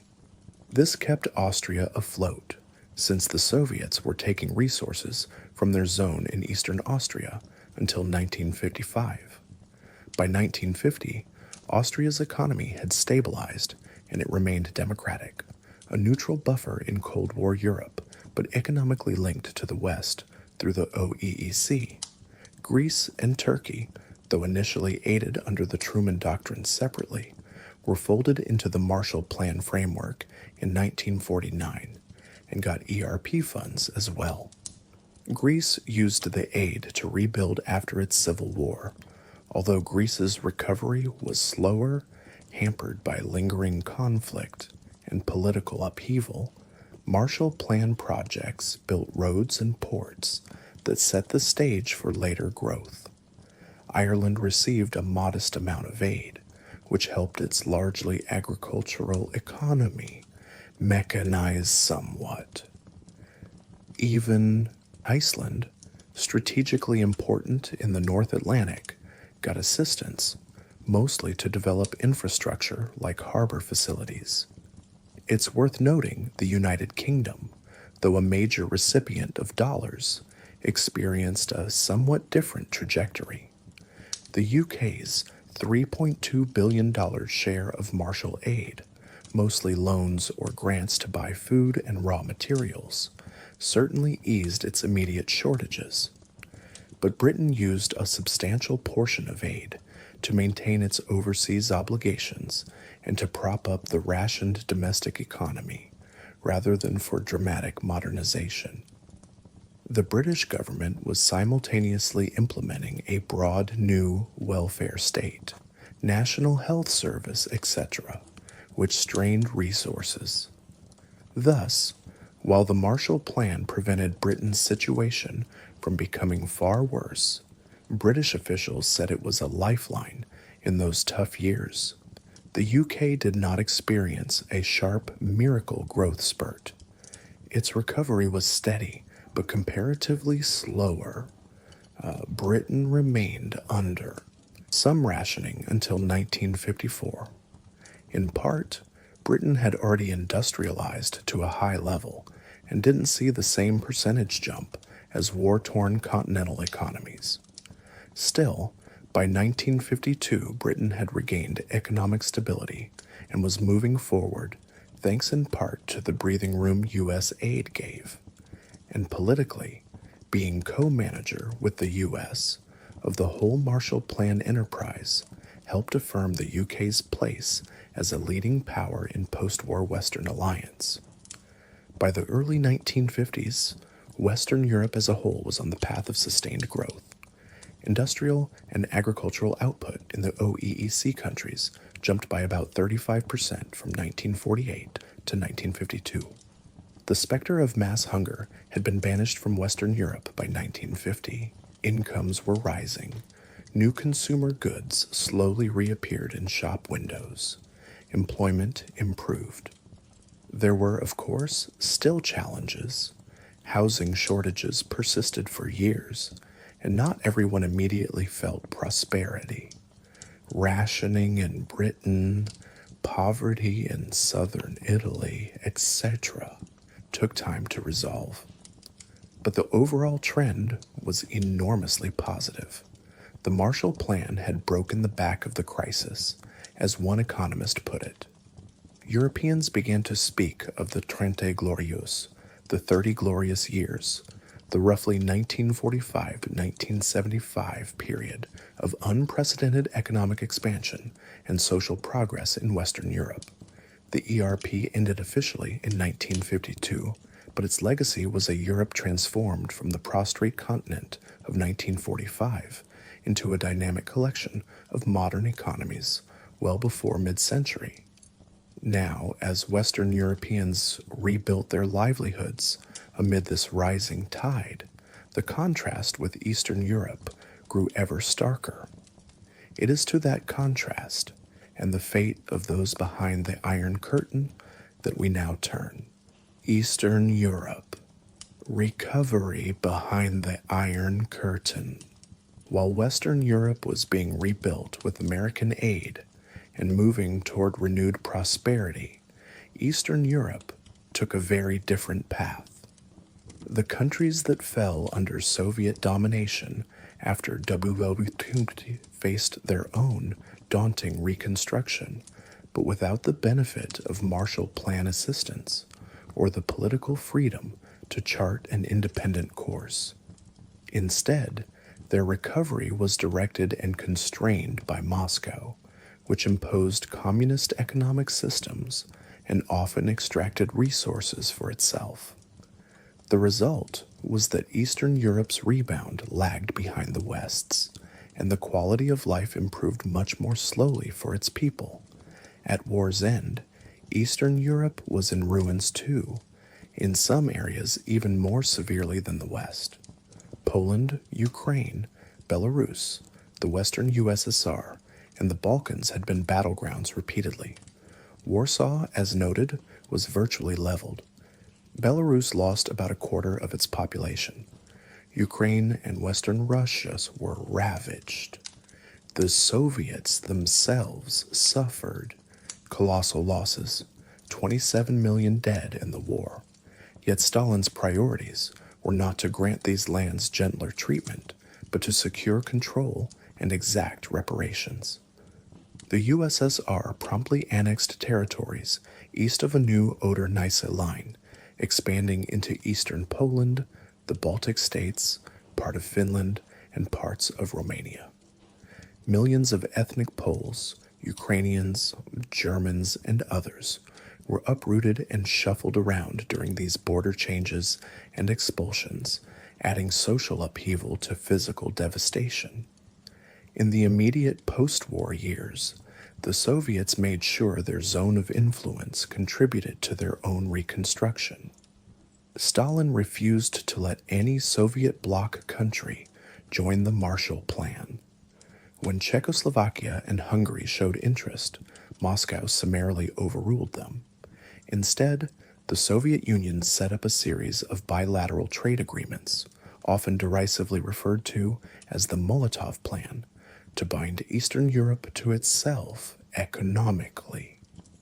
In 1949, this was formalized in TUS, the Council for Mutual Economic Assistance, COMCON, a bloc-wide economic coordination body under Soviet leadership. In theory, COMCON was meant to foster mutual aid among socialist countries. In practice, it allowed the USSR to organize Eastern Europe's economy to its advantage, focusing each country on certain industries beneficial to the whole Soviet bloc and securing a flow of goods to the USSR at favorable prices. Soviet reparations policies hit East Germany especially hard. The Soviets dismantled and removed a huge amount of German industrial plant from their occupation zone, from entire factory installations to railroad tracks, shipping it east as war booty. Estimates are that over 1,500 factories in East Germany were stripped in the first couple of years after surrender. They also demanded deliveries of coal and manufactured goods as reparations. This undoubtedly hampered East Germany's initial recovery. By contrast, the Western Allies had stopped their dismantling by 1947 and pivoted to rebuilding Germany.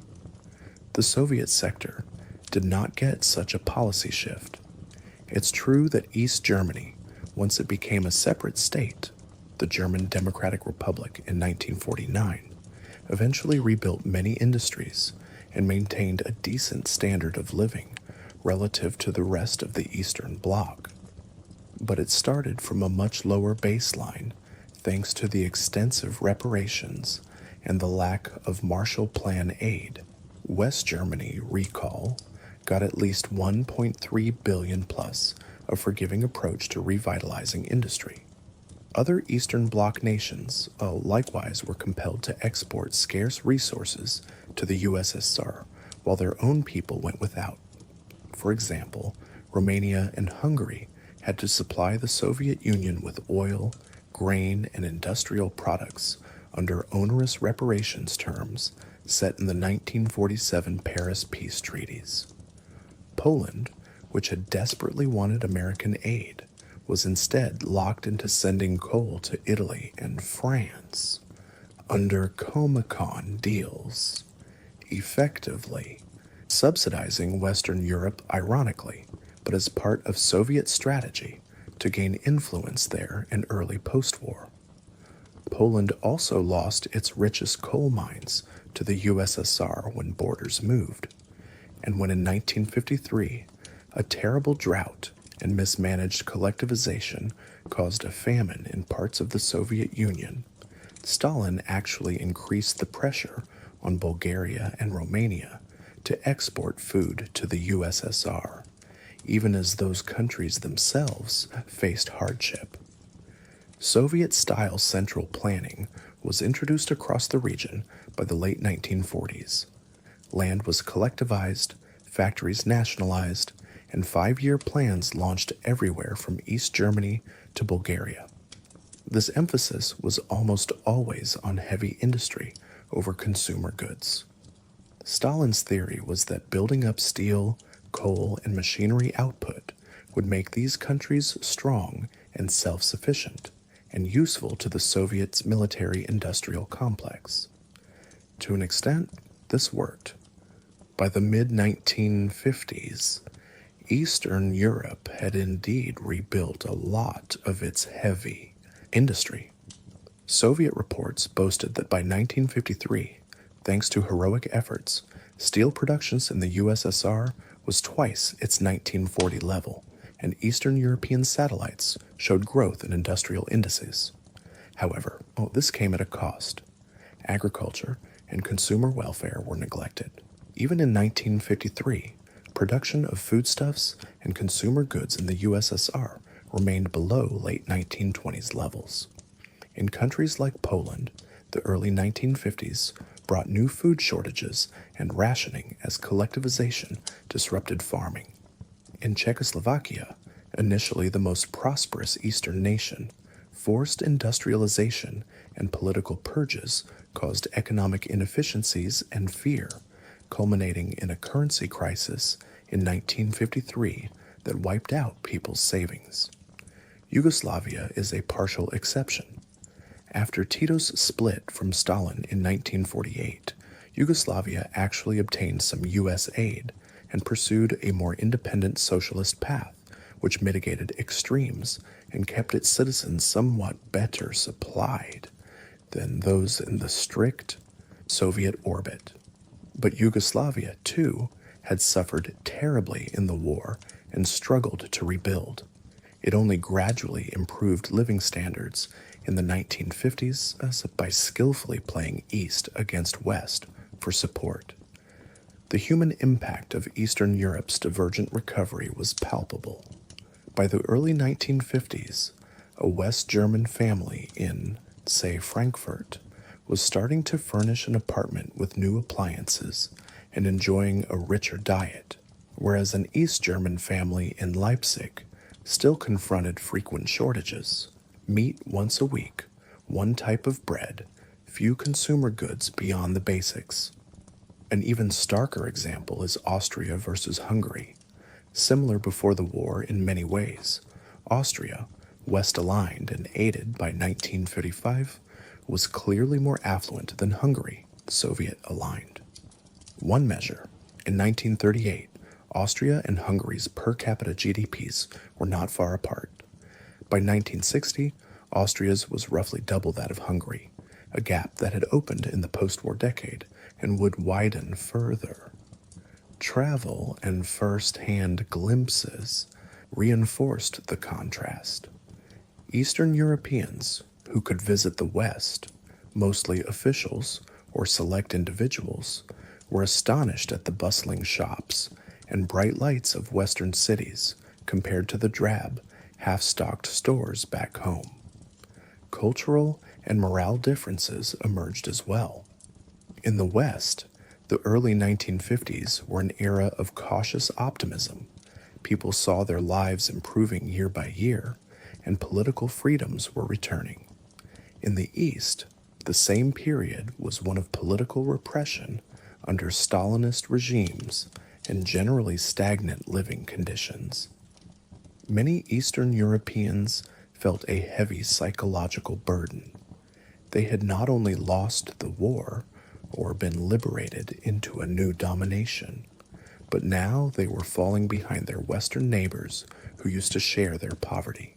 Discontent brewed, which would later explode in events like the East German Uprising of 1953, the Hungarian Revolution of 1956, and the Czechoslovak Prague Spring of 1968. All, in part, cries for both political and economic relief. It's important to note that while the Marshall Plan did not directly cause the Soviet bloc's economic woes, those were rooted in the Soviet system and war devastation, it indirectly exacerbated the East-West gap. By supercharging Western Europe's recovery, the plan made the contrast far more dramatic. Stalin himself bitterly commented that the Marshall Plan was turning Germany west into a U.S. dependency and a threat.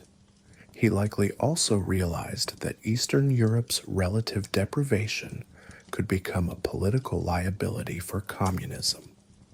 Indeed, in East Germany, the government had to put up propaganda billboards claiming that life was better in the socialist paradise.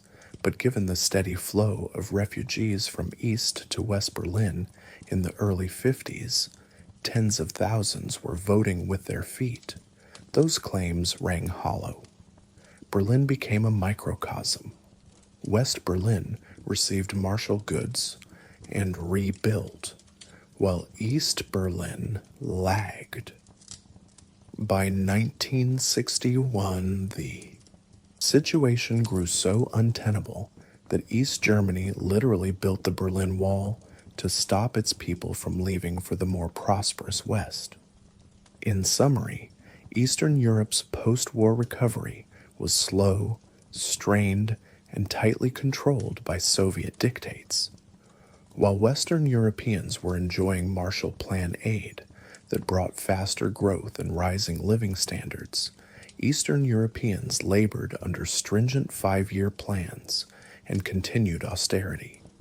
Not until the mid to late 1950s would the Eastern Bloc see more consumer goods and a slight relaxation of the harsh Stalinist approach after Stalin's death in 1953. But by then, the West had pulled decisively ahead. The Marshall Plan thus contributed to a divided Europe, not only politically but economically, a wealthy, democratic West and a poorer, authoritarian East. This divergence would persist throughout the Cold War, only dramatically converging after 1989 when the Iron Curtain fell at last. The story of Eastern Europe's ordeal underscores an ironic truth. Had Stalin allowed his satellites to take part in the Marshall Plan, the Cold War division might have been less absolute, or at least the East might have modernized more quickly, though of course at the cost of Soviet hegemony, which Stalin would not accept. But history took the path it did. The peoples of Eastern Europe had to wait decades for the kind of recovery and freedom that Western Europe achieved by the early 1950s. Now, having examined Europe's economic resurrection and the stark split between West and East, let us consider how Western Europe also underwent a political and social rejuvenation in these years, rebuilding democracy, fostering unity, and finding cultural expression after the darkness of war. Rebuilding democracy and unity in Western Europe. The Marshall Plan era was not only about bricks, steel, and dollars. It was also a time of profound political renewal in Western Europe. Out of the rubble, democratic institutions were restored or created anew, and former enemies forged unprecedented partnerships. This political stabilization and unity were both goals of the Marshall Plan and crucial outcomes that ensured Europe's long-term peace. In 1945, only a few Western European countries had functioning democratic governments. Britain, Ireland, Sweden, Switzerland were among the rare exceptions that hadn't been occupied or authoritarian. By 1950, most of Western Europe was under firmly democratic governance, a remarkable turnaround from the pre-war era of fascism and dictatorship. West Germany is a prime example. After the Nazi collapse, Germany's fate hung in the balance. For a few years, occupation rule took precedence, while Germans processed the enormity of Nazi crimes and the dislocation of defeat. But the Western Allies soon concluded that a stable, self-governing Germany was needed for European recovery. In 1948, alongside the Marshall Plan's economic integration, Western authorities thus allowed German leaders to draft a new constitution, the Grundgesetz, or Basic Law. In 1949, the Federal Republic of Germany, FRG, was established in the West with a democratic parliamentary system. Konrad Adenauer, a staunch anti-Nazi elder statesman, became the first chancellor. The Marshall Plan had helped create conditions, economic improvement, and Allied trust that made German self-governance possible. Adenauer's government, aligned with the U.S. and Western Europe, rooted West German democracy in the Western tradition. This was bolstered by aid-fueled prosperity that lent legitimacy to the new system. West Germany also undertook, with Allied prompting, a thorough, if sometimes imperfect, denazification and re-education, entrenching values of pluralism and rule of law. Italy as well saw its fragile, post-war democracy consolidated. The June 1946 referendum and subsequent elections established the Italian Republic. But there was a real fear that partisan strife or economic collapse could unravel democracy. The infusion of Marshall aid and the exclusion of communists from government after 1947 stabilized politics. The Christian Democrats, under leaders like Alcide de Gasperi, carried out democratic reforms and land distributions, partly enabled by American support.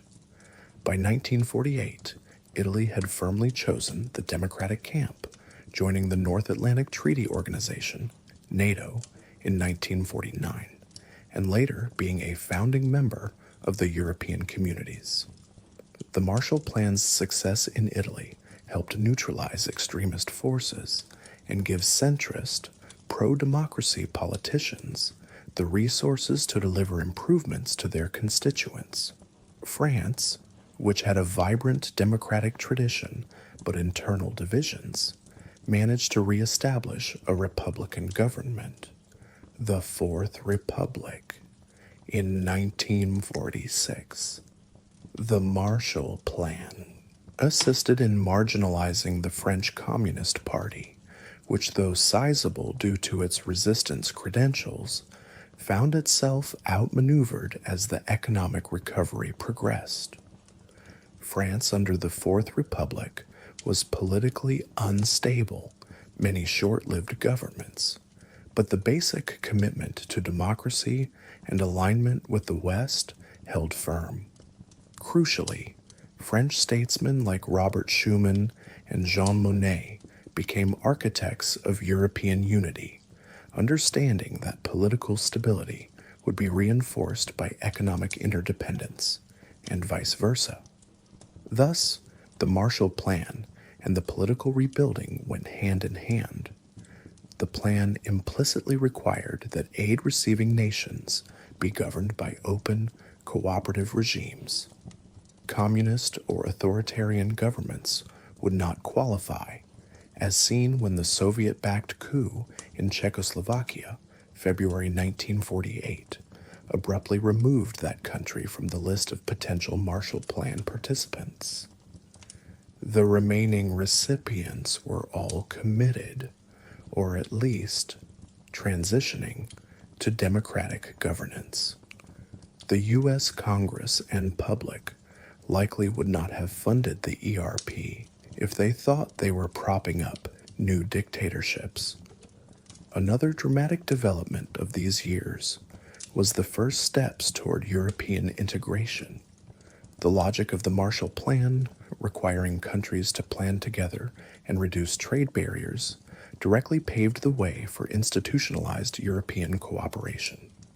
In April 1948, 16 nations formed the OEEC to administer Marshall aid jointly. This was unprecedented, nations pooling sovereignty in economic decision-making. It fostered habits of collaboration. Building on this, Western statesmen launched deeper initiatives. In 1949, the Council of Europe was created, a forum for political dialogue and human rights, which produced the European Convention on Human Rights. Even more consequentially, in May 1950, French Foreign Minister Robert Schuman proposed integrating the French and German coal and steel industries under a common authority to make future war between the two not merely unthinkable, but materially impossible. This bold idea, known as the Schuman Plan, led to the European Coal and Steel Community, ECSC, in 1951, uniting France, West Germany, Italy, Belgium, the Netherlands, and Luxembourg under a supranational high authority for these key industries. The Marshall Plan had encouraged exactly this sort of interdependence, especially between France and Germany, whose historical rivalry had sparked multiple wars. Now their economic entwining became a pillar of peace. The ECSC was the seed of what eventually became the European Union. Parallel to economic unity, Western Europe also pursued collective security. With Cold War tensions high, especially after the Berlin blockade of 1948-49, Western nations formed NATO in April 1949. NATO was a military alliance underpinned by U.S. power, but it also had political significance, cementing the division between a democratic West and a communist East. The Marshall Plan and NATO were twin elements of U.S. policy to stabilize and defend Western Europe. Notably, the integration fostered by the Marshall Plan made NATO's cohesion stronger. Countries that trade and rebuild together are more likely to stand shoulder to shoulder in defense. West Germany's eventual entry into NATO in 1955, after its rearmament as part of a new West German military, was made palatable to the French and others by the frameworks of European integration that assured German power would be channeled peacefully. In domestic politics, the Marshall era saw center-right and center-left Democratic parties gaining lasting strength. For example, the Christian Democratic parties, in Germany under Adenauer, in Italy under De Gasperi, benefited from being seen as the competent managers of recovery with U.S. partnership. Social Democratic and Labor parties, while sometimes in opposition, as in West Germany's SPD initially, also embraced the Marshall Plan consensus of Reconstruction and anti-communism. Over time, both center-right and center-left in Western Europe converged on a social market economy model, mixing free enterprise with social welfare that delivered broad-based growth. This post-war political consensus was arguably made possible by the economic success that Marshall aid jump-started. When people have jobs and hope, extreme ideologies lose their allure. By 1952, Western Europe's political landscape had thus largely stabilized into what it would remain through the Cold War, a collection of democratic states allied with each other and the U.S., enjoying improved living standards and moving haltingly but steadily toward more unity. This was a stunning turnaround from the late 1940s, when communists threatened to win elections in Italy and France, when Germany's future was uncertain, and when many predicted Europe might slide into economic chaos or even a new conflict. The Marshall Plan was, of course, not the sole cause of Western Europe's democratic renaissance. The peoples of those nations chose democracy, and leaders emerged who guided them wisely, but it was a powerful enabler and supporter of it. As Field Marshal Montgomery wisely said, winning the war was one thing. Let us now win the peace. With American help, Western Europe did win the peace, a victory measured not in conquests, but in constitutions, elections, and treaties binding former foes into friends. It is also worth noting that the Marshall Plan's cooperative ethos had a profound moral effect. The sheer fact that the United States, once isolationist, now deeply engaged, was willing to spend billions to help Europe recover, helped rekindle Europeans' faith in liberal democracy and transatlantic partnership. It built goodwill that healed some wartime wounds. Even in Germany, which had been the enemy, American occupation forces implementing the Marshall Plan earned respect by treating Germans more humanely from 1947 onward, shifting away from punitive measures to constructive ones. One U.S. policy paper explicitly noted in 1948 that the prosperity of Europe is the best defense against communist subversion. Prosperity and democracy went hand in hand as defenses of freedom. With the political and economic foundation of modern Western Europe laid by the early 1950s, Europeans could also begin a more reflective journey. The recovery of culture, art, and memory after the traumas of war. In the next section, we turn to how Europe's cultural life and collective memory evolved in this period of rising peace and comfort, and how people found meaning and solace through creativity and commemoration in the aftermath of unprecedented horror. Cultural recovery, artistic expression, and the role of memory. As Europe rebuilt its cities and governments, it also faced the challenge of rebuilding its spirit and culture. The late 1940s and early 1950s were a time of introspection and creativity as Europeans processed the trauma of war and genocide while trying to restore normalcy. Art, literature, music, and film became outlets for both sorrow and hope, often in ways that were subdued and contemplative, befitting a population exhausted by conflict and yearning for peace. In this calm narrative, we explore how European culture recovered and how memory of the war was preserved and honored in these early post-war years.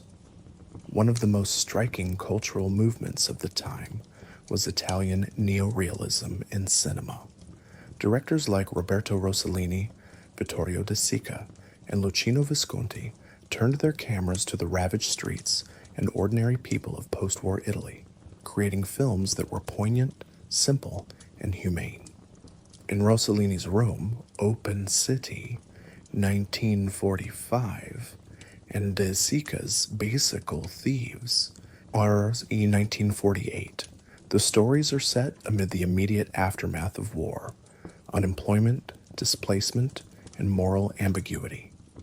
De Sica's Bicycle Thieves, for example, follows a poor father in Rome desperately searching for his stolen bicycle, which he needs to keep his job. Shot on location in the battered city with non-professional actors, the film portrays the poverty and unemployment of post-war Italy with heart-wrenching realism. These neo-realist films were quietly powerful. They acknowledged the suffering that lingered, yet they also found dignity and kindness in everyday moments. Audiences around the world were deeply moved. Indeed, Bicycle Thieves won a special Oscar in 1950. For Italians, seeing their own struggles reflected on screen helped validate their experiences and foster empathy, a nation collectively grieving and healing. In France, intellectual life picked up robustly in Parisian cafes, albeit under a cloud of memory. Existentialist philosophers like Jean-Paul Sartre and Albert Camus grappled with questions of meaning and morality after the horrors of war and occupation. Camus's novel, The Plague, 1947, though ostensibly about a plague in an Algerian town, was widely read as an allegory for the fight against fascism and the absurdity of suffering. Sartre's post-war plays and essays explored freedom and responsibility in a fragile world. The tone was contemplative and serious, yet not devoid of hope. Camus famously wrote, "In the depth of winter, I finally learned that within me there lay an invincible summer." This sentiment resonated with Europeans rebuilding their lives, an invincible summer of spirit after the dark winter of war. Artists across Europe sought to memorialize and learn from the war's atrocities. In 1947, Anne Frank's diary was published, first in Dutch and soon in many languages, giving a poignant voice to one of the millions of Jewish children murdered in the Holocaust. Readers around the world empathized with Anne's hopes and fears, penned while hiding in an Amsterdam attic. Her posthumous words became an early cornerstone of Holocaust remembrance. Other memoirs and accounts emerged as well. Primo Levi's If This Is a Man, 1947, in Italy testified to the Auschwitz experience with lucid, haunting prose. Such works forced Europeans to confront what had happened in the concentration camps and ghettos, gradually breaking the silence around these traumas. Public commemorations and memorials also began to take shape, albeit slowly. In many towns, monuments were erected listing the names of fallen soldiers or resistance fighters. At the sites of former concentration camps, Auschwitz, Dachau, Buchenwald, survivors and authorities would in time establish memorial museums. Some of the earliest ceremonies were held in the late 1940s, but full memorialization evolved through the 1950s and beyond. For example, the site of the Warsaw Ghetto Uprising saw a striking monument unveiled in 1948, a towering sculpture depicting Jewish resistance fighters meant to ensure the world did not forget their courage amid destruction. However, it must be said that the immediate post-war culture was often marked by an urge to look forward rather than backward.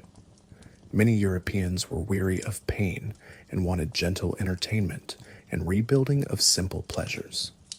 Thus, alongside serious works, this era also saw the revival of lighter cultural life. The reopening of theaters, concert halls, and cinemas was itself symbolic of normalcy returning. In London's West End and on Broadway in New York, musical comedies like 1947's Finian's Rainbow or 1948's Kiss Me, Kate were performed and later toured Europe, spreading cheer. Cities like Vienna, famed for music, brought back their orchestras. The Vienna Philharmonic resumed its New Year's concert tradition by 1946, filling gilded halls with Strauss waltzes that for a moment let people forget their troubles. Majors. International cultural events resumed as well, underscoring a sense of regained unity. The Olympic Games returned. London hosted the 1948 Summer Olympics, aptly nicknamed the Austerity Games because of continued rationing, yet they were a modest triumph of the human spirit. War-torn London welcomed athletes from 59 nations. Germany and Japan were not invited due to their recent roles as aggressors. And though facilities were Spartan, the Olympic ideal of peaceful competition shone through. In 1952, Helsinki hosted the next Olympics, including for the first time the Soviet Union and its allies, a subtle cultural convergence, even amid Cold War rivalry. The role of memory in this period is complex. On the one hand, people honored the dead and tried to ensure lessons were learned. The famous cry, "Never Again," began to circulate regarding genocide and World War. On the other hand, there was also a conscious effort to move on, to not be forever crushed by grief. This is seen, for instance, in Germany, where the immediate post-war years involved some degree of collective amnesia about complicity in Nazi crimes. Many Germans focused on rebuilding and did not discuss the recent past much in the early 50s. Only later, as the economy settled, would deeper reflection and reckoning come, especially with the 1960s generation. For now, in the late 40s, silence and remembrance coexisted uneasily. Across Europe, cultural institutions received Marshall Plan support too. Though not as famous as the economic aid, the ERP sponsored exchanges of students and intellectuals, and even sent American books and films to Europe to spread democratic and technical knowledge. In occupied Germany, the Amerikanische Häuser, America Houses, were cultural centers that offered libraries, lectures, and movie screenings, a kind of intellectual Marshall Plan to go with the economic one. These centers introduced Germans to American literature and jazz and ideas of free speech and pluralism, helping reintegrate Germany into Western cultural currents after years of Nazi censorship. By the early 1950s, a gentle optimism began to pervade European culture. The continent's creatives were turning their wartime experiences into art that mourned but also affirmed life.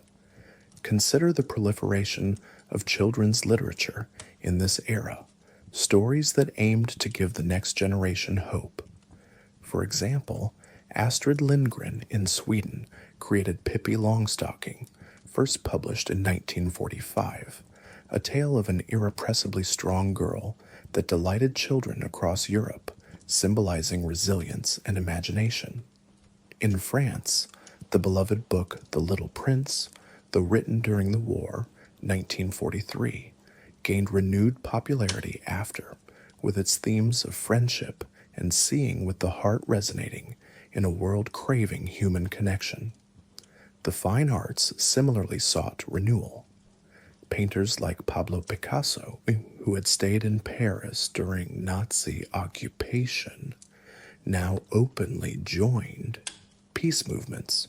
Picasso's 1949 sketch of a dove became the emblem of the World Peace Congress. Picasso also created in 1949 a striking mural called War and Peace in a chapel in Villars, France. One wall depicting the horrors of war, the other a joyful scene of peace. It was a visual prayer for harmony in the nuclear age. In sculpture, British artist Henry Moore, who had portrayed Londoners huddled in bomb shelters during the Blitz in earlier drawings, shifted to more abstract, serene forms in the 1950s.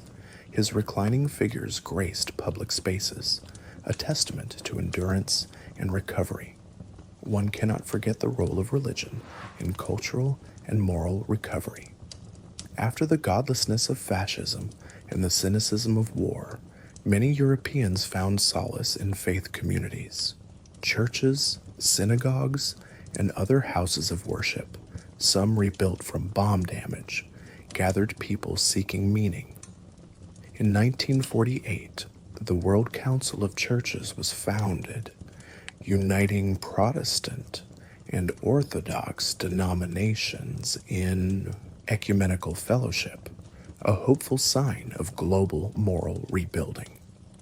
The Catholic Church under Pope Pius XI was staunchly anti-communist and supportive of European integration. Several founding fathers of the EU, like Schumann and Italy's Alcide de Gasperi, were devout Catholics who saw uniting Europe as both pragmatic and a Christian mission of reconciliation.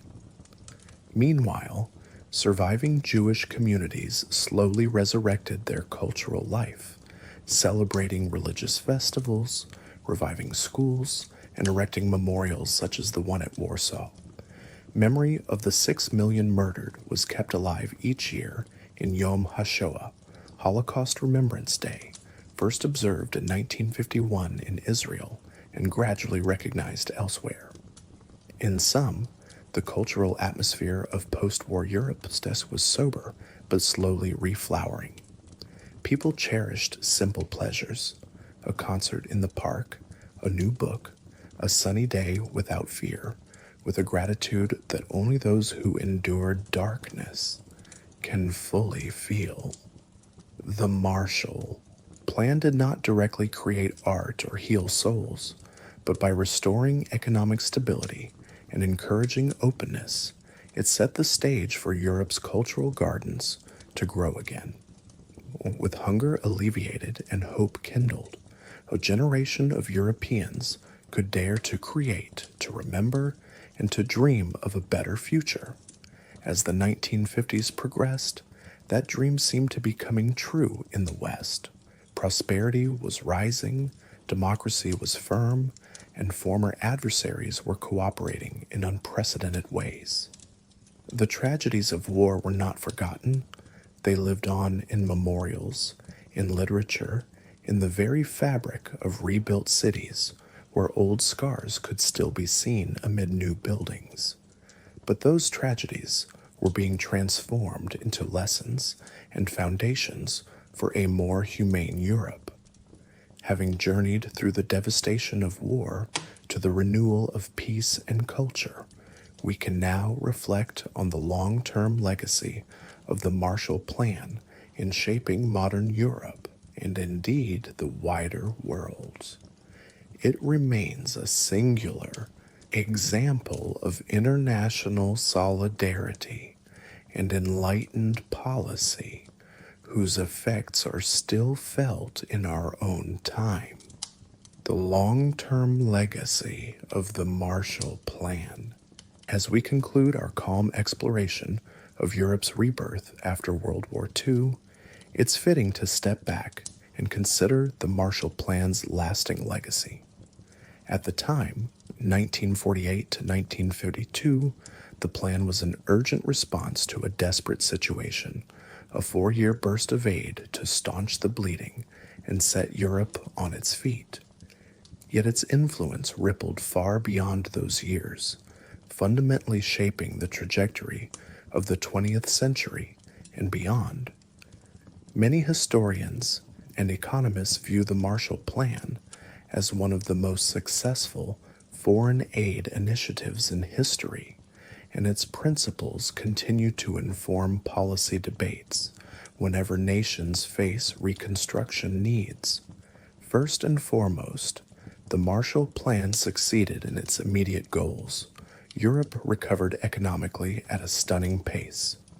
By 1952, virtually all participating countries had regained or surpassed pre-war production levels.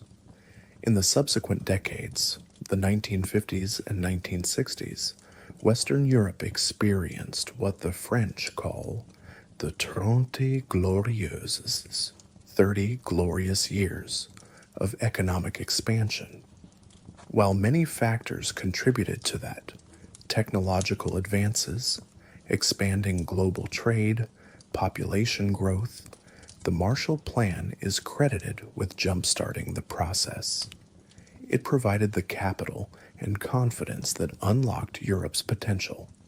West Germany's Wirtschaftswunder, economic miracle, transformed it from a bombed-out ruin into Europe's leading industrial power by the 1960s.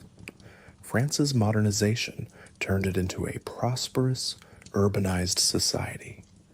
Italy shifted from a primarily agrarian economy to an industrial one, especially in its northern regions.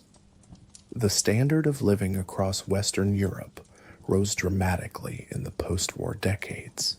Millions of people moved from inadequate housing into modern apartments, obtained refrigerators, radios, and later televisions and cars, and enjoyed better education and health care, in part because their governments could afford social programs. thanks to a robust economy. It's worth noting that by boosting European prosperity, the Marshall Plan indirectly benefited the United States as well. A revived Europe became a major market for American exports and a strong partner in the Cold War alliance. As one U.S. State Department summary puts it, the Marshall Plan generated a resurgence of European industrialization. It was also a stimulant to the U.S. economy by establishing markets for American goods. This mutual growth created a transatlantic economic community that persistently traded and invested across the ocean, further knitting the world economy together. Some analysts argue the Marshall Plan laid the groundwork for the global economic order of the latter 20th century, promoting open markets, cooperation, and development assistance. Indeed, the very concept of large-scale foreign aid owes much to the precedent set in 1948. Later U.S. foreign aid programs, like those for South Korea, Taiwan, or post-communist Eastern Europe in the 1990s, often invoked the Marshall Plan as a model. When nations face crises, whether the reunification of Germany in 1990 or calls for an African development program, people frequently call for a new Marshall Plan, symbolizing massive, coordinated aid for reconstruction. Another profound legacy is European integration. The Marshall Plan did not create the European Union, but it did create conditions and incentives for unity that EU founders seized. American insistence on European collaboration set a tone that replaced old rivalries with habits of teamwork. It is no exaggeration to say that the Franco-German partnership at the heart of the EU began under Marshall Plan auspices. By having French and German officials work side by side in the OEEC and later in the ECSC, trust was built after generations of enmity. The European Union today, with its single market and common institutions, can trace part of its lineage to the ERP's collaborative frameworks.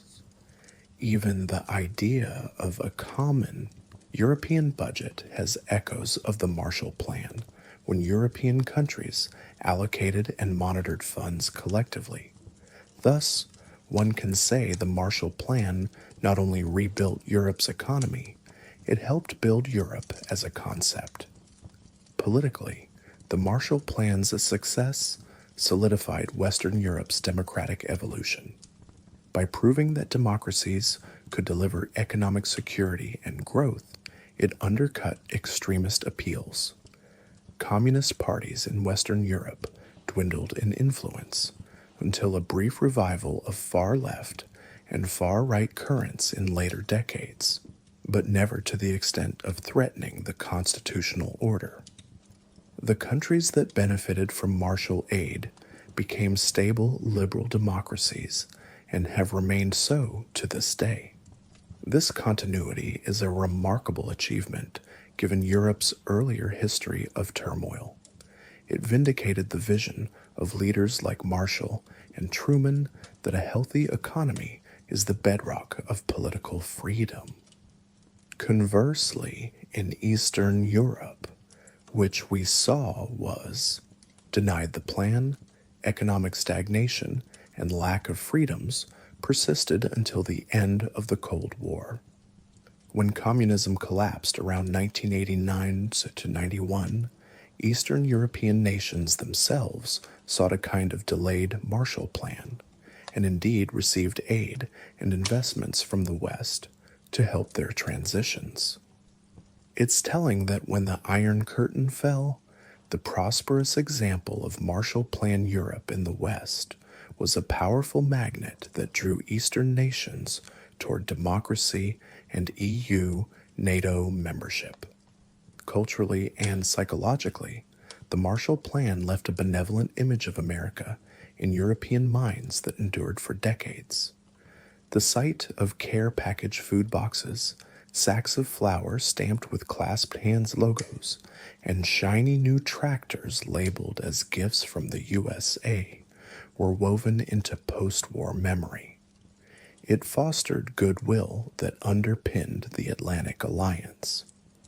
While later disagreements would test U.S.-Europe relations, the fundamental friendship established in those early post-war years provided a reservoir of trust. George C. Marshall himself became one of only a few Americans ever to be awarded the Nobel Peace Prize, 1953, specifically for the plan. The Nobel Committee recognized that his strategy saved Europe from desperation and possibly another descent into war. The Nobel lecture spoke of the plan as the highest example of solidarity in history. The Marshall Plan also influenced the theory and practice of economic development. It demonstrated that well-targeted aid, coupled with local ownership and reforms, can yield spectacular results. It wasn't purely the money. As some note, the total of Marshall aid was significant, about $13 billion, but relative to national incomes, it was only around 3% of recipients' combined GDP annually.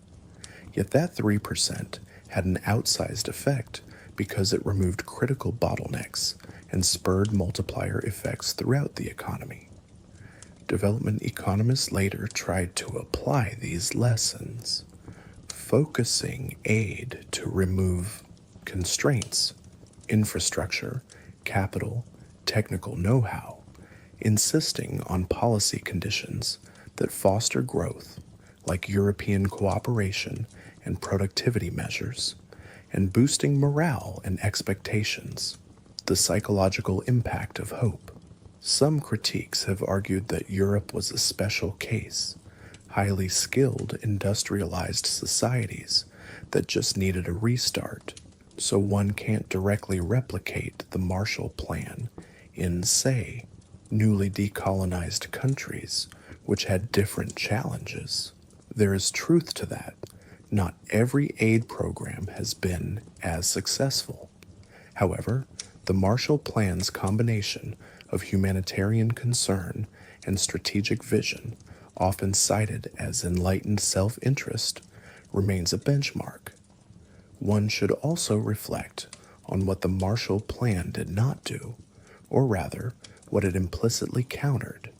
It firmly rejected punitive approaches like those after World War I.